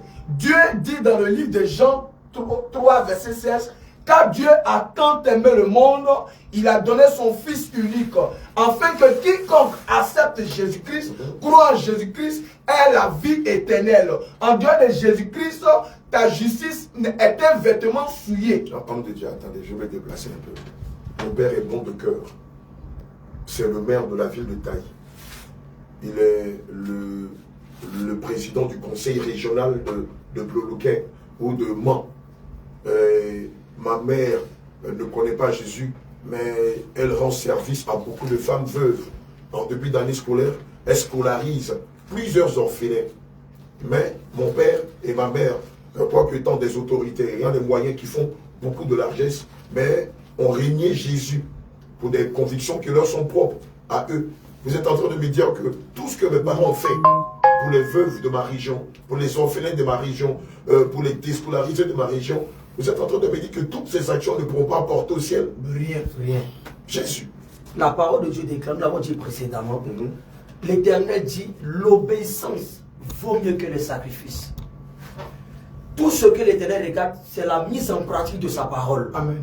C'est tout. Mais on peut pratiquer la parole de Dieu sans pour autant être convaincu de suivre Jésus, de lui donner sa vie. C'est impossible. Mais c'est Jésus-Christ qui est la parole. Effectivement. Donc tu ne peux pas dire que tu vas pratiquer la parole sans suivre Jésus. En réalité, celui-même qui pratique la parole de Dieu a déjà accepté Jésus. Mais est-ce que la bonté, c'est pas une façon aussi de dire qu'on aime Dieu? Pratiquer la bonté, la charité. Ça, ce n'est pas la justice. C'est l'obéissance de la parole de Dieu qui est la justice, qui est la charité, qui est l'amour. C'est pourquoi Dieu dit dans le livre de 1 Jean que l'amour de Dieu consiste à l'obéissance de la parole. Amen. Donc quand quelqu'un a l'amour, c'est celui qui obéit à la parole de Dieu. Homme de Dieu, laisse-moi dire quelque chose, journaliste. Que tous les hommes que vous voyez sur la terre qui n'obéissent pas à la parole de Dieu n'ont pas l'amour. Clair, clair. La gentillesse qu'ils ont là, ce n'est pas de l'amour, ils sont des méchants. Dieu appelle toute personne qui n'a pas accepté Jésus-Christ comme un méchant. On a une foultitude de religions dans le monde entier qui ne confessent pas Christ. Entre autres le bouddhisme, l'islam, le catholicisme, l'athéisme, les animistes, les kémistes aujourd'hui, ceux-là qui veulent qu'on retourne aux sources. Toutes ces personnes dénient Dieu, dénient Jésus. Vous êtes en train de me dire que cette foultitude de personnes qui dénient Jésus, si aujourd'hui elles meurent, elles n'iront pas au ciel, malgré toute leur bonté. Elles ne vont pas aller au ciel. L'apôtre Paul nous dit dans le livre de Romains, il dit c'est en confessant de la bouche qu'on parvient à la justice. Oui. Alors que nous savons qu'il y a un seul juste, Oui. c'est le Seigneur Jésus. Donc quiconque ne confesse pas le nom du Seigneur, même s'il donne ses milliards aux gens, il ne peut pas avoir la vie éternelle. Ça ne peut pas le sauver. Ça ne peut pas le sauver. Waouh. Ça ne peut pas lui donner la vie éternelle. La parole de Dieu va nous enseigner ceci dans le livre de Marc chapitre 8, à partir du verset 36, que sert-il à un homme de gagner le monde entier et s'il perd son âme? Oui. Alors que nous savons qu'il y a un seul qui peut sauver notre âme, c'est la personne du Seigneur Jésus-Christ. Donc, si on vous comprend bien, le principe du salut est lié à l'acceptation de la parole de Dieu, Claire. à la mise en pratique de la parole de Dieu, ça. à la confession de Christ. C'est ça. Et donc, sans ça, quel que soit ma bonté, quelles que soient toutes les actions bonnes que je pose sur la terre, elles sont sans valeur, devant le Seigneur Jésus. Homme de Dieu, excuse-moi de te choquer. Dieu a pourvu un seul moyen que l'homme soit sauvé. Oui. Toutes ces religions, l'islam, le bouddhisme, toutes ces choses ne sont que des facettes des choses inspirées par des hommes dans le but de les inspirer par des hommes, mais de les détourner de la foi du Seigneur. Et toutes ces religions ne sont que des couvertures que comme Adam avait cousu un vêtement dans le but de pensant qu'en trouvant le salut dedans. Il n'y a pas de salut dans l'islam. Il n'y a pas de salut dans le catholicisme, dans le bouddhisme, dans le kémisme, dans l'animisme. Il n'y a pas de salut. Le salut se trouve en Jésus-Christ. Le salut se trouve en Jésus-Christ. Et quiconque n'a pas Jésus-Christ n'a pas le salut. C'est indéniable. C'est indéniable. On ne peut pas discuter là-dessus. On ne peut pas. C'est indiscutable. C'est le seul moyen que Dieu a pourvu. Et d'ailleurs, il n'y a pas trois chemins pour aller au ciel. Parce que si on veut, s'il y a plusieurs chemins qui mènent à Rome, il n'y a pas plusieurs chemins qui mènent au ciel. Il y a un seul chemin. Et lui-même le déclare dans le livre de Jean, chapitre 14, verset 6, qui dit, Jésus lui dit, je suis le chemin. Alléluia. Il c'est un pronom personnel. Il se désigne le chemin. Il n'a pas dit, je suis l'un des chemins et je suis aussi un chemin. Mais il dit, je suis le chemin. Donc il est l'absolu. Il est l'absolu chemin. En dehors du chemin en de dehors Jésus. de Tous les autres chemins sont des chemins erronés. Des chemins trompeurs. Ce sont des chemins détournés. Tous ces chemins conduisent tout droit en enfer. C'est pourquoi ces religions-là, plusieurs déclarent qu'il n'y a personne qui ne passera pas par l'enfer. Donc celui-là, ce qui veut dire que lui, il va en enfer. Dans l'autre aussi, la religion romaine aussi dit qu'il faudrait d'abord passer par le purgatoire. En réalité, c'est un langage qui est codé. Sinon, celui qui ne passera pas par l'enfer et qui est par le purgatoire, c'est toujours le même langage, mais c'est le ton qui change. C'est la figure de style qui change. Sinon, c'est le même langage. C'est le même langage. Que tout compte fait, et celui qui vient par la religion romaine, celui qui meurt, il va d'abord passer par le purgatoire, il va souffrir, et ils vont aller payer, les parents vont aller payer le prêtre qui va faire des prières, et arriver à un certain niveau, ils vont lui dire maintenant il est sorti, il est devenu saint, et maintenant ils l'ont canonisé, il est devenu saint. Donc ce sont des doctrines de démons. Ce sont des inventions humaines. Je crois que l'homme de Dieu Élisée veut intervenir. Et il y a quelque chose de très important que j'aimerais notifier. Comme l'homme de Dieu Élie a commencé à parler sur les aumônes, nous allons voir un texte très très éloquent dans la Bible, dans Actes chapitre 10, le verset 22. Actes 10, le verset 22. Il répondit, Corneille, centenier, homme juste et craignant Dieu, et de qui toute la nation des Juifs rend un bon témoignage, a été divinement averti par un ange, un saint ange, de te faire venir dans ma maison et d'entendre tes paroles. Corneille était quelqu'un qui avait une bonne autorité, qui avait un bon témoignage dans la ville. Et la Bible déclare que tous ceux qui voyaient Corneille disaient que c'était un homme qui était juste, c'était un homme qui était bien.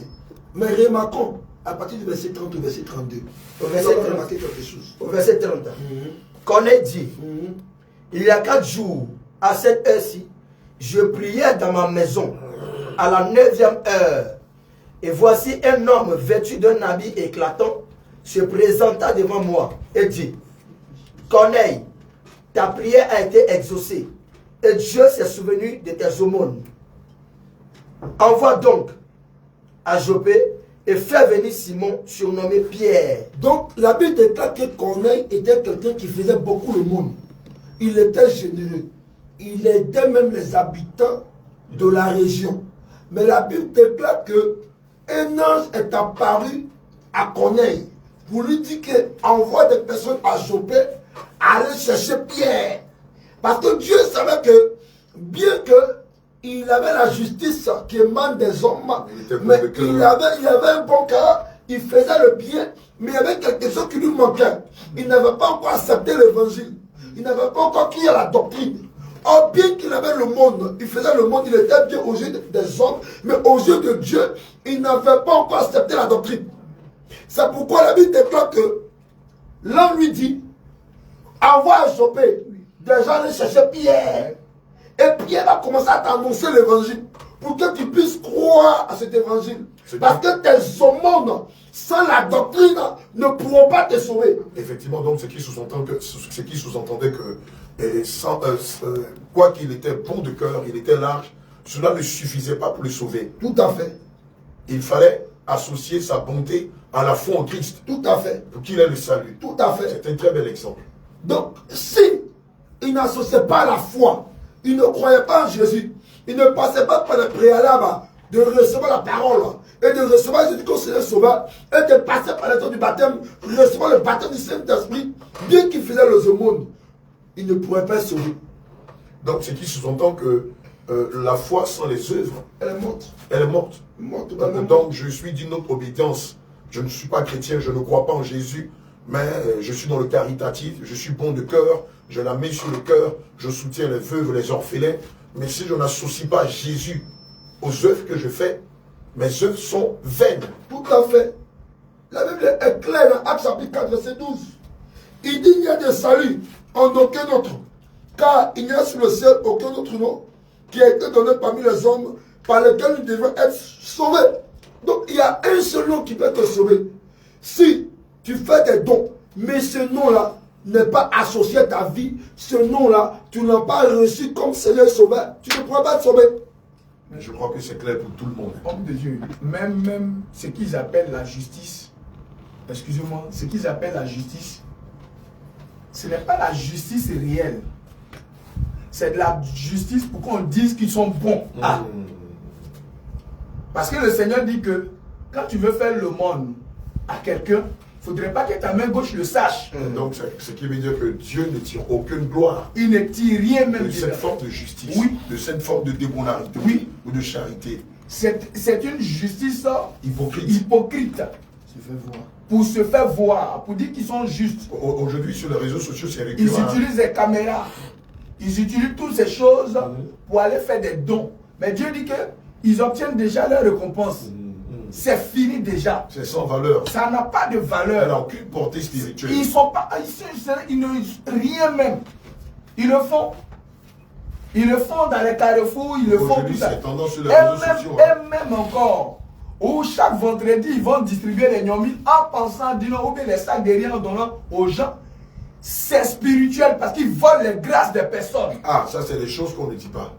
Parce que ils le font. Ils font croire, ils donnent l'apparence de la piété. Mais en réalité, ce sont des lourds ravisseurs et des anges, des démons déguisés. Donc, vous êtes en train de nous dire que le monsieur qui vient, par exemple, devant des orphelins, devant une mosquée qui donne du riz, qui donne du mil, qui donne du lait, du sucre aux mendiants, c'est en fait, c'est un voleur de grâce. c'est à dessein. C'est à dessein. C'est pas un acte désintéressé. Non, non, non. C'est un voleur d'étoiles. Un voleur d'étoiles. Il sait c'est un agent au service du diable. Il le fait pour son intérêt. Il ne fait pas ça parce que Dieu le lui demande, mais il le fait parce qu'il a un but derrière. Donc les sacrifices qu'on fait aux veuves, qu'on fait aux orphelins, souvent devant les mosquées, dans les marchés, qu'on voit des personnes en beaucoup le faire, c'est pas un acte anodin. Non, c'est de la sorcellerie. C'est de la sorcellerie. Ce sont des voleurs de grâce, de bénédiction. Donc ils vous donnent un sac de riz, En échange. Et en échange ou en contrepartie. C'est comme Ésaü et Jacob. Oui. Ils donnent un morceau de pain, mais en échange, ils prennent le droit d'aînesse. Donc quand ils font cela, ils prennent vos droits d'aînesse. Ils prennent vos bénédictions, ils prennent vos grâces. Ah, c'est fort, hein? Oui, c'est ce qu'ils font. Justement, nous sommes dans le livre de Matthieu, chapitre 2, le verset 1 à 2. L'écriture est claire là-bas, Matthieu chapitre 2, verset 1 à 2. Matthieu chapitre 2, verset 1 à 2. Oui, de Dieu. Jésus étant né à Bethléem en Judée. Jésus est né à Bethléem. Au temps du roi Hérode. Oui, il est né au temps du roi Hérode. Voici des mages d'Orient arrivaient à Jérusalem. Oui, et dit, où est le roi des Juifs qui vient de naître? Car nous avons vu son étoile en Orient et nous sommes venus pour l'adorer. Ça veut dire que les mages ont vu Jésus. Oui. Mais quand ils sont venus, ils ont été poussés par l'étoile de Jésus. Amen. Ça veut dire qu'un mage, c'est arrêter l'image de quelqu'un qui est dans l'occultisme, oui, qui est dans la magie, oui, qui est dans la sorcellerie, qui a la capacité de voir les étoiles d'une personne. Et il apporte des cadeaux. il donne des présents. On nous dit que le mage avait envoyé de l'or, de l'encens, de la myrrhe, dans le but de quoi? Parce qu'ils avaient vu l'étoile de Jésus. Donc, on peut donner des présents à une personne à cause des grâces et des dons des étoiles qui sont en toi, pour pouvoir prendre les étoiles et les dons qui sont en toi. Wow. Donc ça, ce n'est pas de le monde. Ça, c'est des échanges. C'est du vol. C'est ce qu'on appelle un transfert de bénédiction. Tout à fait. Mais ici à Taï, c'est récurrent. On voit des personnes qui portent des bagues de protection contre les balles, contre le couteau, contre les accidents, contre l'empoisonnement, contre ce qu'on appelle par le mal. Est-ce que chez vous, les chrétiens, est-ce qu'il est normal, quand on cherche la protection, d'aller vers un marabout, vers un féticheur, pour prendre des gris-gris, des canaris, pour faire des rituels à des carrefours, pour conjurer le mauvais sort? Est-ce que chez vous, les chrétiens, c'est faisable, comme on le voit dans beaucoup de communautés? Chez nous, les chrétiens, ce n'est pas faisable. Je suis dans le livre du Psaume 34, verset 8 d'abord. Nous allons prendre cette écriture. Et nous allons prendre cette écriture d'abord. Et je crois qu'il y a une autre écriture dans le psaume qui dit que l'Éternel est celui qui ne somme, il ne sommeille et ne dort. Et qui garde Israël. Voilà, le psaume 128. 121, verset 3, allons-y. Psaume 34, verset 8. L'ange de l'Éternel campe autour de ceux qui craignent Dieu et il les arrache du danger. Donc on dit que l'ange de l'Éternel campe autour de ceux qui craignent Dieu.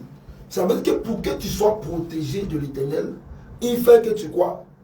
Tu gardes les commandements, les préceptes, les ordonnances de l'Éternel.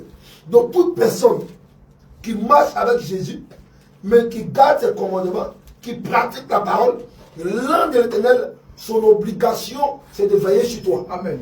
Parce que tu gardes les commandements de Jésus en toi. Donc nous, en tant qu'enfants de Dieu, en tant que des chrétiens, des petits Christ, qui marchent selon le fondement qui est la parole et qui vit cette parole-là, automatiquement, l'ange est obligé de veiller sur, de protéger. Donc on n'a pas besoin de gris-gris. On n'a pas besoin de sécurité, on n'a pas besoin de diarrhée, on n'a pas besoin de bagues. En réalité, vous allez remarquer quelque chose. Quand nous voyons ces choses, dans Jean 10, la Bible déclare que le diable, c'est un voleur. Amen. C'est un menteur. Il vient pour voler, il vient pour dérober.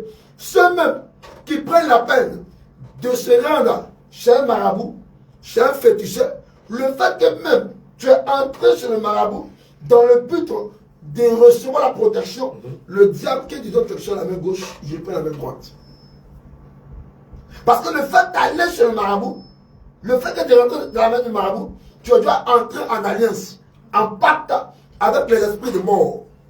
Et généralement, nous voyons ça comme hier, pendant la délivrance, il y avait une femme au quartier Guéry, qui parlait dans le corps du fils de l'enfant qui s'appelait Moïse. Il disait non, qu'elle a possédé. Elle, c'est elle qui est sa grand-mère. C'est elle qui couche avec lui. En réalité, c'était un mari de lui, ou mais c'était une de la sorcellerie. Une œuvre de la sorcellerie. Donc, c'est un esprit humain de la sorcellerie. Quand quelqu'un va chez un marabout ou chez un féticheur, il doit comprendre automatiquement le fait que tu as baptisé avec le marabout.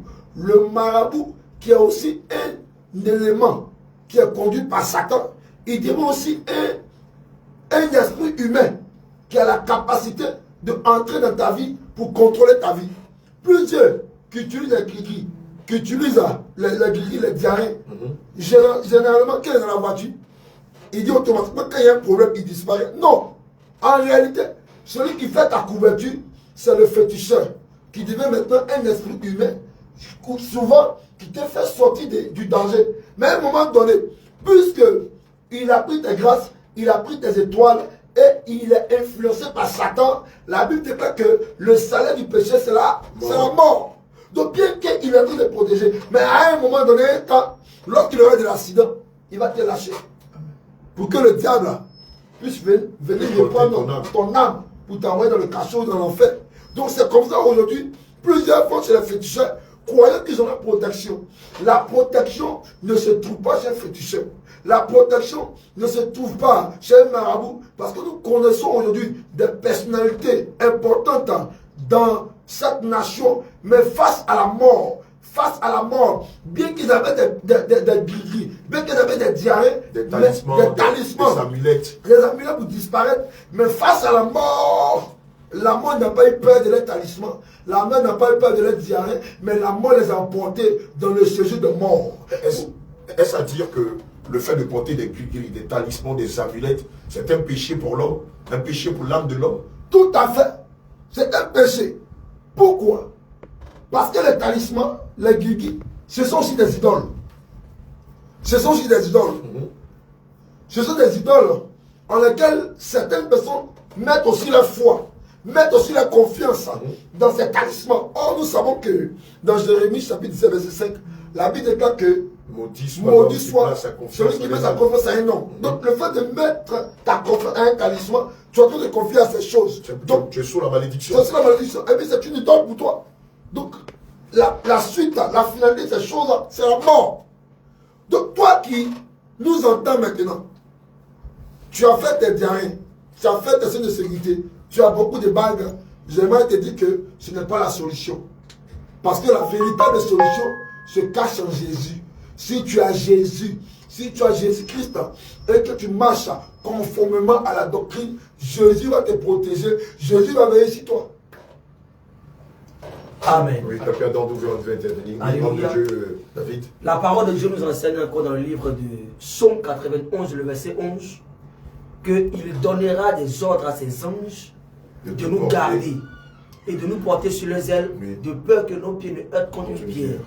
Donc lorsque nous sommes en Jésus, lorsque nous portons la parole de Dieu à nous, l'Écriture déclare dans Exode chapitre 20 que notre Dieu, il porte le nom de jaloux. Donc s'il y a quelque chose qui l'appartient, qui est en toi, il ne peut pas permettre que malheur t'arrive facilement comme ça. Amen. Alléluia. Si tu te sanctifies, aucun malheur ne peut t'arriver. Aucun fléau ne peut s'approcher de ta maison. Oui. Amen. Donc ce qu'il nous faut là, c'est la parole de Dieu, la sanctification qui doit habiter en nous. Si tu as ça, aucun malheur, tu n'as pas besoin des bagues de protection, des ceintures. Tu n'as pas besoin de toutes ces choses. Tu n'as pas besoin de toutes ces choses. De sécurité. Amen. Parce que la Bible déclare que nous, en tant qu'enfants de Dieu, nous avons reçu, nous portons le nom qui est au-dessus de tous les noms. Et au nom de Jésus, là, même talisman fléchit genoux. Au nom de Jésus, les gris-gris, les fétiches, même marabout, Satan lui-même qui s'est dit ça, il est Satan, il fléchit ses genoux devant le nom du Seigneur Jésus. Regarde, si toi tu vas chez un marabout qui te donne les médicaments pour te protéger, le marabout il est quoi pour toi? Il devient ton Dieu. De facto, il devient ton Dieu. Oui, il devient ton Dieu. Alors qu'on ne peut pas adorer un homme. On ne peut pas adorer un homme. On entend beaucoup qui disent, oui c'est vrai, je vais à l'église, je vais à la mosquée, mais il faut se chercher. Ah, mais c'est impossible. Tu ne peux pas dire que tu appartiens à la communauté chrétienne, mais tu appartiens à Jésus. Et tu vas voir marabout féticheur, non. Ils ont des canaries sous le lit, ils ont des protections, des amulettes. Personne ne peut adorer deux maîtres. On ne peut pas suivre deux chemins à la fois. On ne poursuit pas deux lièvres à la fois. Amen. Tu ne peux pas manger à la table de Dieu et à la table des démons. C'est impossible. Tu ne peux pas dire que toi tu es enfant de Dieu, toi tu es chrétien. Et puis en même temps tu vas voir les féticheurs. Quand tu viens, tes affaires ne marchent pas, tu vas voir un peu féticheur, tu vas voir un peu caramorotier. Non, mais tu n'es pas en train d'adorer Jésus. Il faut choisir ton camp parce que déjà là tu es dans le camp de Satan. 1 Corinthiens chapitre 10, le verset 21. Amen. Vous ne pouvez boire la coupe du Seigneur et la coupe des démons. Vous ne pouvez participer à la table du Seigneur et à la table des démons. Amen. Alléluia. C'est comme ça. Aujourd'hui, les gens, ils se disent qu'ils sont chrétiens, ils vont à l'église. Chaque dimanche, ils vont se laver pour aller à l'église. Mais quand à la maison, les choses ne marchent pas. Au travail, les choses ne marchent pas.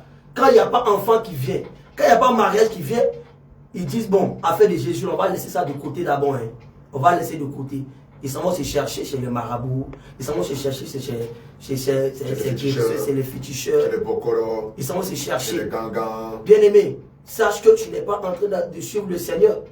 Tu n'es pas en train de suivre le Seigneur. Parce que déjà, dès que tu vas voir un marabout, dès que tu vas voir un féticheur, lui te possède.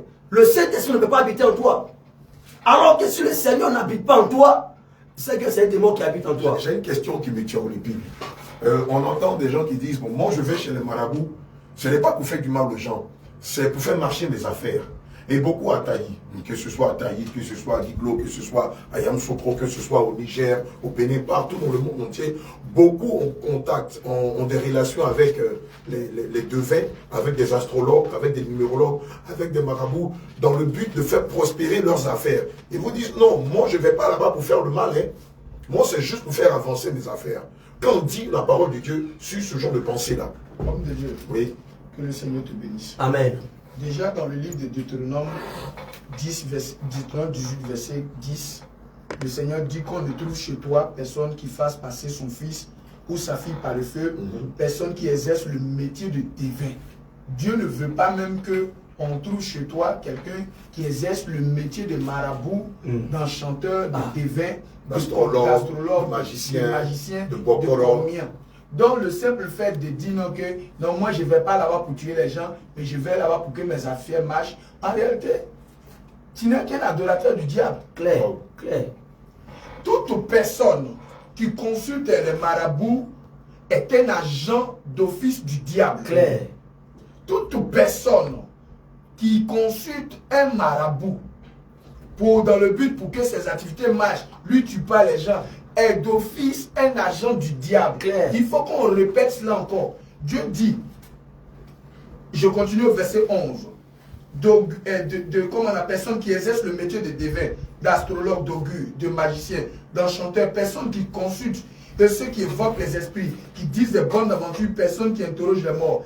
Car Dieu dit, ceux-là qui vont là-bas, ceux-là qui vont les consulter, ceux-là qui accompagnent des gens là-bas, ceux-là qui vont cela, ceux-là qui exercent ce métier, Dieu dit, car quiconque fait ces choses est en abomination à l'Éternel son Dieu. Dieu dit que cette personne est frappée de malédiction. Donc quelqu'un qui consulte les marabouts, on voit des femmes qui vont pour que leur commerce marche. On rentre dans les boutiques. Moi-même, je vais comprendre, je vais poser la question à nos frères, parce que ça, là, c'est récurrent dans le domaine de l'islam. Les fils d'Agar. On va dire les fils d'Agar. Les fils d'Agar. Non, il faut dire les chats. Un homme de Dieu, excusez-moi. Mais je ne peux pas comprendre qu'ils disent qu'ils ont pour père Abraham. Ils ont pour père Abraham. Mais dans les écrits, Abraham n'est jamais parti chez Marabout. Ah! Ils disent qu'ils croient à Moïse. Mais Moïse n'est jamais allé chez Marabout. Jamais. Maintenant, d'où est-ce qu'ils disent ces choses? Ou dans leur boutique, dans leur magasin, quand tu rentres au seuil de la porte, là, il y a des gris-gris. Effectivement. Ou le Dieu que tu as n'est pas capable de te protéger. Cela démontre que celui que tu adores n'est pas un véritable. Clair, clair. Il n'a aucune puissance. Il n'a aucune puissance. Il est incapable de rien. Il est capable, homme de Dieu. Excuse-moi encore. Hier, on allait pour les eaux du baptême. On a vu quelqu'un venir jeter au poulet là-bas. Poulet là-même était maigre même. Il a donné poulet chétif. Il a donné poulet chétif. Pourtant même, Dieu me dit que quand tu dois faire ton offrande, il ne faut pas envoyer une bête chétive. Ou boiteuse. Ou boiteuse. Mais si tu veux faire un sacrifice, avoir les vrais poulets. Hier même, le poulet qu'on a trouvé, on dit même toi-même, tu te moques même de ton Même Dieu. ce matin, même, on est allé dans les eaux du baptême. Hein? Et ils sont venus déposer la peau des moutons. Mais pourquoi ne pas envoyer le mouton? C'est rigolo, hein. Ah, ils ne savent pas le piège qui est derrière. Et ça rend compte qu'ils tissent des alliances. Toute personne qui consulte des marabouts, qui va consulter des marabouts, ou dans le but que ses activités marchent, d'office est un agent du diable et sont initiés à la sorcellerie. Clair. Amos chapitre 3, Oui, le verset 3. oui. Deux hommes marchent-ils ensemble Dieu pose la question, est-ce que deux hommes peuvent marcher ensemble sans être convenus? sans être convenus? C'est qui veut dire que quand tu te rends chez un féticheur, l'esprit du féticheur te possède. Clair. Vous devenez d'office un. Vous tissez une alliance. Un pacte est établi. Une alliance est établie. C'est pourquoi, même si tu accompagnes un marabout, ou tu vas chez un marabout, remarquez, toutes ces personnes qui consultent les féticheurs ont des esprits de mort. Clair. Et ils ne sont jamais joyeux. Ils sont toujours énervés. Ils sont toujours dans la colère, dans la tristesse, dans l'amertume. Et c'est quand il y a la mort, quand il y a le deuil qu'ils sont joyeux. Et le Seigneur vous dit, vous devez vous repentir.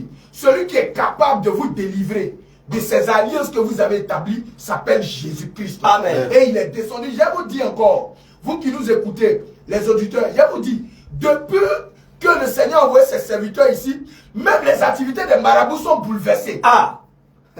Les activités des marabouts sont détruites. C'est clair. Eux-mêmes, Des féticheurs.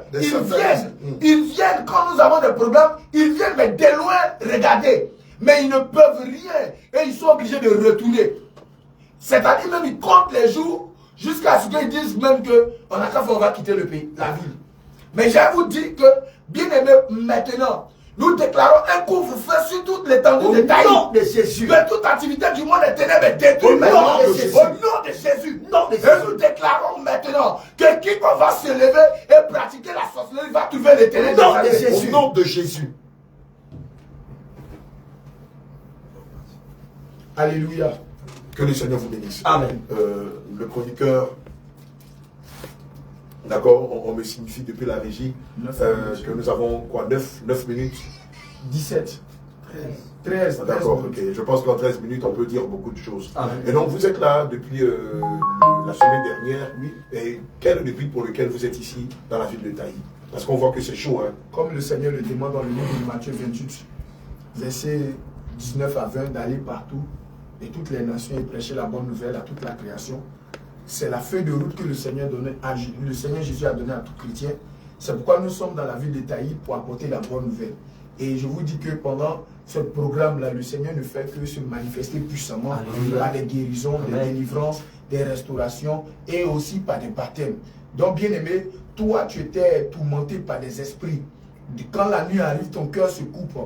Oui, toi, les esprits te poursuivent la nuit. Les bœufs te poursuivent la nuit. Toi, tu te vois manger un rêve. Je te dis que le seul qui est capable de te libérer, c'est Jésus-Christ. Les amulettes, les gris-gris que tu portes ne peuvent rien te faire. Ce soir, nous avons encore un programme, comme on appelle, au quartier Guéré, tout droit. Viens ce soir participer à ce programme. Le Seigneur Jésus-Christ va t'accorder la délivrance et la liberté et la restauration. Et aussi, nous avons un lieu où tu peux nous rejoindre.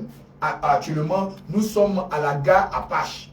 Alléluia. Nous sommes à la gare Apache juste à côté. Et aussi, on peut te donner des contacts. Tu vas nous appeler aussi pour des problèmes d'ordre spirituel. Et le Seigneur Jésus-Christ est là. Et aussi, il va t'accorder aussi la guérison, la délivrance. Je vais te dire, Jésus guérit encore aujourd'hui. Même toi qui es chrétien et que tu traînes, ce n'est pas normal même qu'un chrétien traîne une maladie. Quelqu'un qui dit qu'il est chrétien et qu'il a ces choses-là, ça veut dire qu'il a un problème.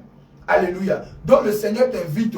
Toi, tu fréquentes des confessions religieuses et tous ces détails. Et depuis trop longtemps, le mari de nuit, tu le traînes. Le pasteur ne peut pas le chasser. Lui-même, il ne peut pas chasser parce que lui aussi, la femme de nuit. Le Seigneur t'invite à venir ce soir. À venir. Comme de Dieu, vous allez fort. Hein. Le pasteur même, il a femme de nuit. Mais c'est pourquoi le Seigneur dit que Satan ne peut pas chasser le Satan. S'il chasse Satan, son royaume est divisé. Donc, un pasteur qui a femme de nuit ne peut pas chasser aussi un esprit de nuit. C'est ça. Son royaume est divisé. Mais homme de Dieu, il dit, comment ça se fait qu'un pasteur peut avoir une femme de nuit? Mais il est possédé. Parce qu'en principe, les pasteurs, ils sont saints. Mais on se dit qu'après Dieu, c'est eux. Il faut leur demander où est-ce qu'ils ont fait leur délivrance. Comment ils ont reçu le baptême Oui, comment ils ont reçu le baptême du Saint-Esprit? Ils n'ont pas le baptême du Saint-Esprit. Ils ont reçu le baptême Ils n'ont pas le baptême du Saint-Esprit. C'est un gars qui s'est levé. Qu'est-ce qu'ils savent de la sainte doctrine? Rien même. C'est un gars qui s'est levé. On dit qu'il y a une école de théologie, qu'on soit à Guiglo ou bien à Danale. Il a pris ses 400 000 francs, ses 500 000 francs. Il allait s'inscrire. Il a suivi les cours. Il a fini, il a payé. Il a corrompu même les agents des cours là. Même, il a fini de corrompre toutes ces personnes là. On lui a donné un diplôme. Déjà même ces diplômes qu'il a mis sur son bureau, c'est des diplômes fraudés. Comment le pasteur qui a payé des diplômes fraudés peut combattre le royaume des ténèbres? Lui-même, il vit dans la fraude. Il vole l'électricité. Il vole l'eau. Il vole à l'horizon. Et puis, il couche avec ses fidèles. Il couche avec les jeunes filles fidèles. Les femmes qui viennent pour. Franchement, le Seigneur a fait venir des hommes de Dieu. Dans le but de les entretenir, il couche avec les fidèles. Et c'est à cause de ces personnes que le nom du Seigneur est blasphémé. Mais si vous ne vous repentez pas, si vous ne vous repentez pas et vous ne quittez pas, vous ne fermez pas ces boutiques que vous appelez église, vous devez les fermer.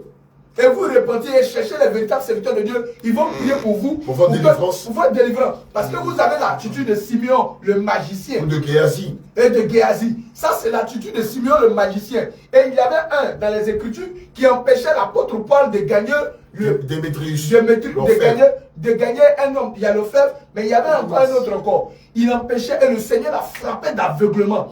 Donc si vous ne vous repentez pas, le Seigneur va vous frapper et en plus de cela, vous n'allez pas pouvoir hériter le royaume des cieux.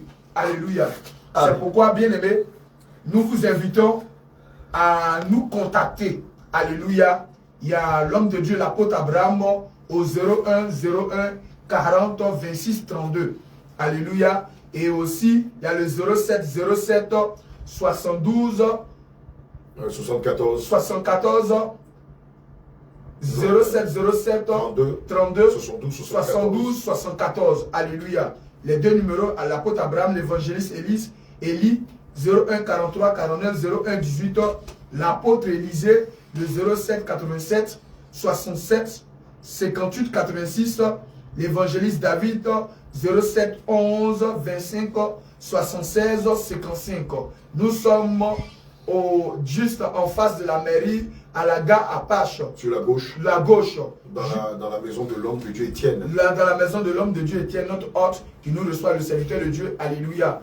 Donc, vous avez un programme aujourd'hui et demain et le dimanche, je crois. Le dimanche. Est-ce que vous pouvez nous présenter ce programme? On nous a signifié aussi que c'est votre dernière semaine ici. Quoique nous, les habitants de Taï, on aurait bien voulu que vous restiez un peu plus parce qu'on a vu combien de fois Dieu vous utilise dans des guérisons, dans des délivrances, dans des prodiges, dans des miracles. C'est ça? Est-ce que vous nous confirmez que c'est votre dernière semaine ici? Alléluia.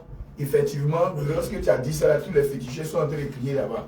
Tous les fétichés, les marabouts sont en train de crier, dire enfin, on connaît la date. Mais je vous dis qu'après notre départ, nous laissons notre paix ici. La paix ici. Le Seigneur dit que celui qui vous reçoit, laissez la paix dans cette maison. Nous laissons la paix du Saint-Esprit ici. Et toute activité du monde des ténèbres est détruite. Bouleversée est renversée. Et je déclare que le feu s'abat actuellement sur tout hôtel du monde des ténèbres. Au nom de Jésus. Au nom de Jésus-Christ. Effectivement, nous avons une semaine et nous avons déjà presque fini la semaine. Et nous avons l'apothéose ce soir d'abord déjà. Vous êtes dans quel quartier Guéré. D'accord. De quelle heure? De quelle heure à quelle heure? De 18h jusqu'à X1. D'accord. Alléluia. Et demain samedi? Demain samedi, nous avons des séances de baptême. Et le soir, nous serons aussi dans le village de Daoudbli. Où le chef du village de Daoudbli vous a invité. Alléluia. Et le dimanche, vous serez? Le dimanche, nous serons au foyer des jeunes de Taï pour le culte. Donc, toi, d'action de grâce, toi, tu es ici et tu aimes la vérité. Nous t'invitons ce vendredi, d'abord aujourd'hui, à venir participer à ce programme. Au quartier Guéré. À partir de 18h. Et comme Daoudbli n'est pas loin de Taï, nous t'invitons aussi à te déplacer à venir là-bas. Ce samedi-là. Et aussi, l'apothéose aussi, le dimanche, au foyer des jeunes aussi. À partir de quelle heure? À partir de 9h, mais précisément à partir de 8h, commence déjà à venir prendre ta première place. Et parce que nous savons que la salle sera remplie. Donc, viens prendre déjà la première place. Et à 9h, nous commençons le culte jusqu'à midi et nous avons fini. D'accord. À ce programme-là, seulement les chrétiens sont invités ou une communauté, un musulman qui veut connaître la vérité, quelqu'un qui pratique la sorcellerie, qui est fatigué, un féticheur qui veut être soif de Jésus peut venir, ou c'est exclusivement réservé aux chrétiens? Non, ce n'est pas exclusivement réservé aux chrétiens, c'est réservé à tout le monde. Donc tout le monde peut venir ce dimanche, même les autres programmes peuvent venir, quelle que soit ta confession religieuse. Tu peux venir participer. Des agents de l'État, un fonctionnaire tout le monde, de l'État, quel que soit. Un agent du privé. Tout le monde, même si tu veux nous croiser en privé. Parce que c'est pourquoi les numéros de téléphone sont donnés et le lieu où nous sommes aussi indiqué pour venir nous croiser parce qu'il y a des situations qu'il faut gérer en privé. Mais beaucoup ont des craintes. Est-ce que vous ne demandez pas de l'argent lorsque ces personnes viennent vers vous? Le Seigneur nous dit dans les Écritures que vous avez reçu gratuitement, donné gratuitement. Ces dons que le Seigneur nous a donnés, c'est pour l'utilité, pour sa gloire. Pour l'utilité commune. Donc, le Seigneur ne nous a pas donné cela pour gagner de l'argent. D'ailleurs, celui qui monnaie un don pour de l'argent est un bandit et un voyou. Un brigand. Un brigand. De grand chemin. De grand chemin. Un pasteur qui vous dit, pour avoir un entretien avec lui, il faut payer, est un agent du diable. C'est pourquoi le Seigneur dit que vous les reconnaîtrez à leurs fruits. Bien aimé, aujourd'hui, laisse-moi te dire, si un pasteur te dit, pour le croiser, il faut payer 1000 francs, 100 francs, ou 200 francs, ou 500 francs, pour la réception, est un agent du diable. C'est pourquoi le Seigneur dit qu'un pasteur doit travailler. Le Seigneur Jésus lui-même était charpentier. Paul était faiseur de tentes. L'apôtre Pierre était pêcheur. Un pasteur qui ne travaille pas va avoir ce genre de choses. Et ce sont des agents du diable. Ils travaillent pour leur vendre. Bien aimé, les réceptions et les jours de les prières sont gratuits. Tu n'as rien à payer. Et puis d'ailleurs, pour venir même là, je te conseille de laisser ton porte-monnaie à la maison. Laisse ton téléphone, tout à la maison, puis viens. Mais ici, à Taï, beaucoup de pasteurs exigent qu'on leur verse de l'argent pour des rencontres, pour des prières, pour beaucoup de choses. Même pour les coups de baptême. Ce sont des agents du diable. C'est des brigands de grands chemins. Brigands de grands chemins. C'est des voyous. Des voyous. Des détourneurs de chemin du ciel. Oui. C'est des détourneurs de grands chemins. Donc vous êtes en train de nous dire que le véritable serviteur de Dieu ne doit rien demander. Rien. Lorsqu'il doit rencontrer rien. Le Seigneur ou lorsqu'il doit prier pour cette prière. Mais voici la preuve même, Élisée. Chose, comment on appelle? Naaman arrive chez lui, lui fait même des présents et il refuse. Ouais. Parce qu'il n'exige pas. Maintenant, si nous avons vu nos prédécesseurs faire cela, nous aussi on doit répéter la même chose. Alléluia. Et le Seigneur dit que le serviteur de Dieu doit travailler. Alléluia. C'est parce qu'il ne travaille pas qu'il rentre dans ces lobbies. Alléluia. Ils sont devenus des voleurs, des escrocs. Et ils prennent le nom de Christ. Oh bien aimé, si toi tu utilises le nom du Seigneur Jésus-Christ pour voler, pour faire toutes ces choses, sache que tu vas croiser Jésus à mort. Au nom de si Jésus. tu n'étais pas repenti. C'est Dieu qui nous a envoyés. Nous ne pouvons pas parler selon nous-mêmes. Mais nous parlons avec les saintes écritures, c'est-à-dire avec la parole de Dieu. Et toi qui aimes Dieu véritablement là, tu dois te soumettre à cette parole. Amen. Si tu rejettes cette parole, sache que Dieu va te rejeter aussi. Amen. Gloire à Jésus. Que le Seigneur vous bénisse abondamment. Que la grâce de Dieu soit avec vous. On a ce soir dans le village de Quartier-Guéry. À partir de 18h, tu es invité. Invite ton frère, invite ta soeur, invite ton voisin, ta voisine. Spirituel, venez avec lui et nous allons prier. Le Seigneur va lui faire beaucoup de bien. Le Seigneur a déjà commencé depuis la semaine passée et ça poursuit. Que le Seigneur vous bénisse. Voilà, peuple de Dieu du Taï, que le Seigneur te bénisse richement, que sa grâce surabonde dans ta vie. Voilà, tu viens d'entendre des hommes de Dieu, en l'occurrence l'homme de Dieu Élie, l'apôtre Élisée, l'évangéliste David, aussi derrière la caméra, vous avez le bien-aimé Daniel à la régie, vous avez l'homme de Dieu Isaac de l'église d'Azaké et votre chroniqueur. Aujourd'hui, j'ai porté la casquette de chroniqueur, en l'occurrence l'apôtre Abraham du Réveil international Jésus revient, Grand Bassin. Voilà, vous avez entendu beaucoup de choses, entre autres la restitution, les aveux. Vous avez entendu de la bouche des hommes de Dieu qu'en tant que chrétien, vous ne pouvez pas voler l'électricité, voler l'eau, voler Internet, voler les chaînes de télé câblées. Vous avez entendu que lorsque la jeune fille tombe enceinte ou la femme mariée tombe enceinte, elle doit attribuer la paternité de son fils à son vrai père et non pas à un père imaginaire. Vous avez entendu qu'en tant qu'enfant de Dieu, vous ne pouvez pas porter des amulettes, des talismans, aller chez des marabouts, porter des gris-gris, porter des bagues, des chaînes de protection et tout ça. Ces choses sont contre la parole de Dieu. Donc ce soir, nous vous invitons à partir de 18h00 au quartier Guéret. Demain et samedi, dans le village de Daoubli. Et le dimanche, c'est l'apothéose. Nous serons au foyer des jeunes à partir de 8h30. Voilà, donc vous êtes conviés à cela. Et aussi, si vous voulez nous rencontrer, vous avez le contact. Venez nous rencontrer.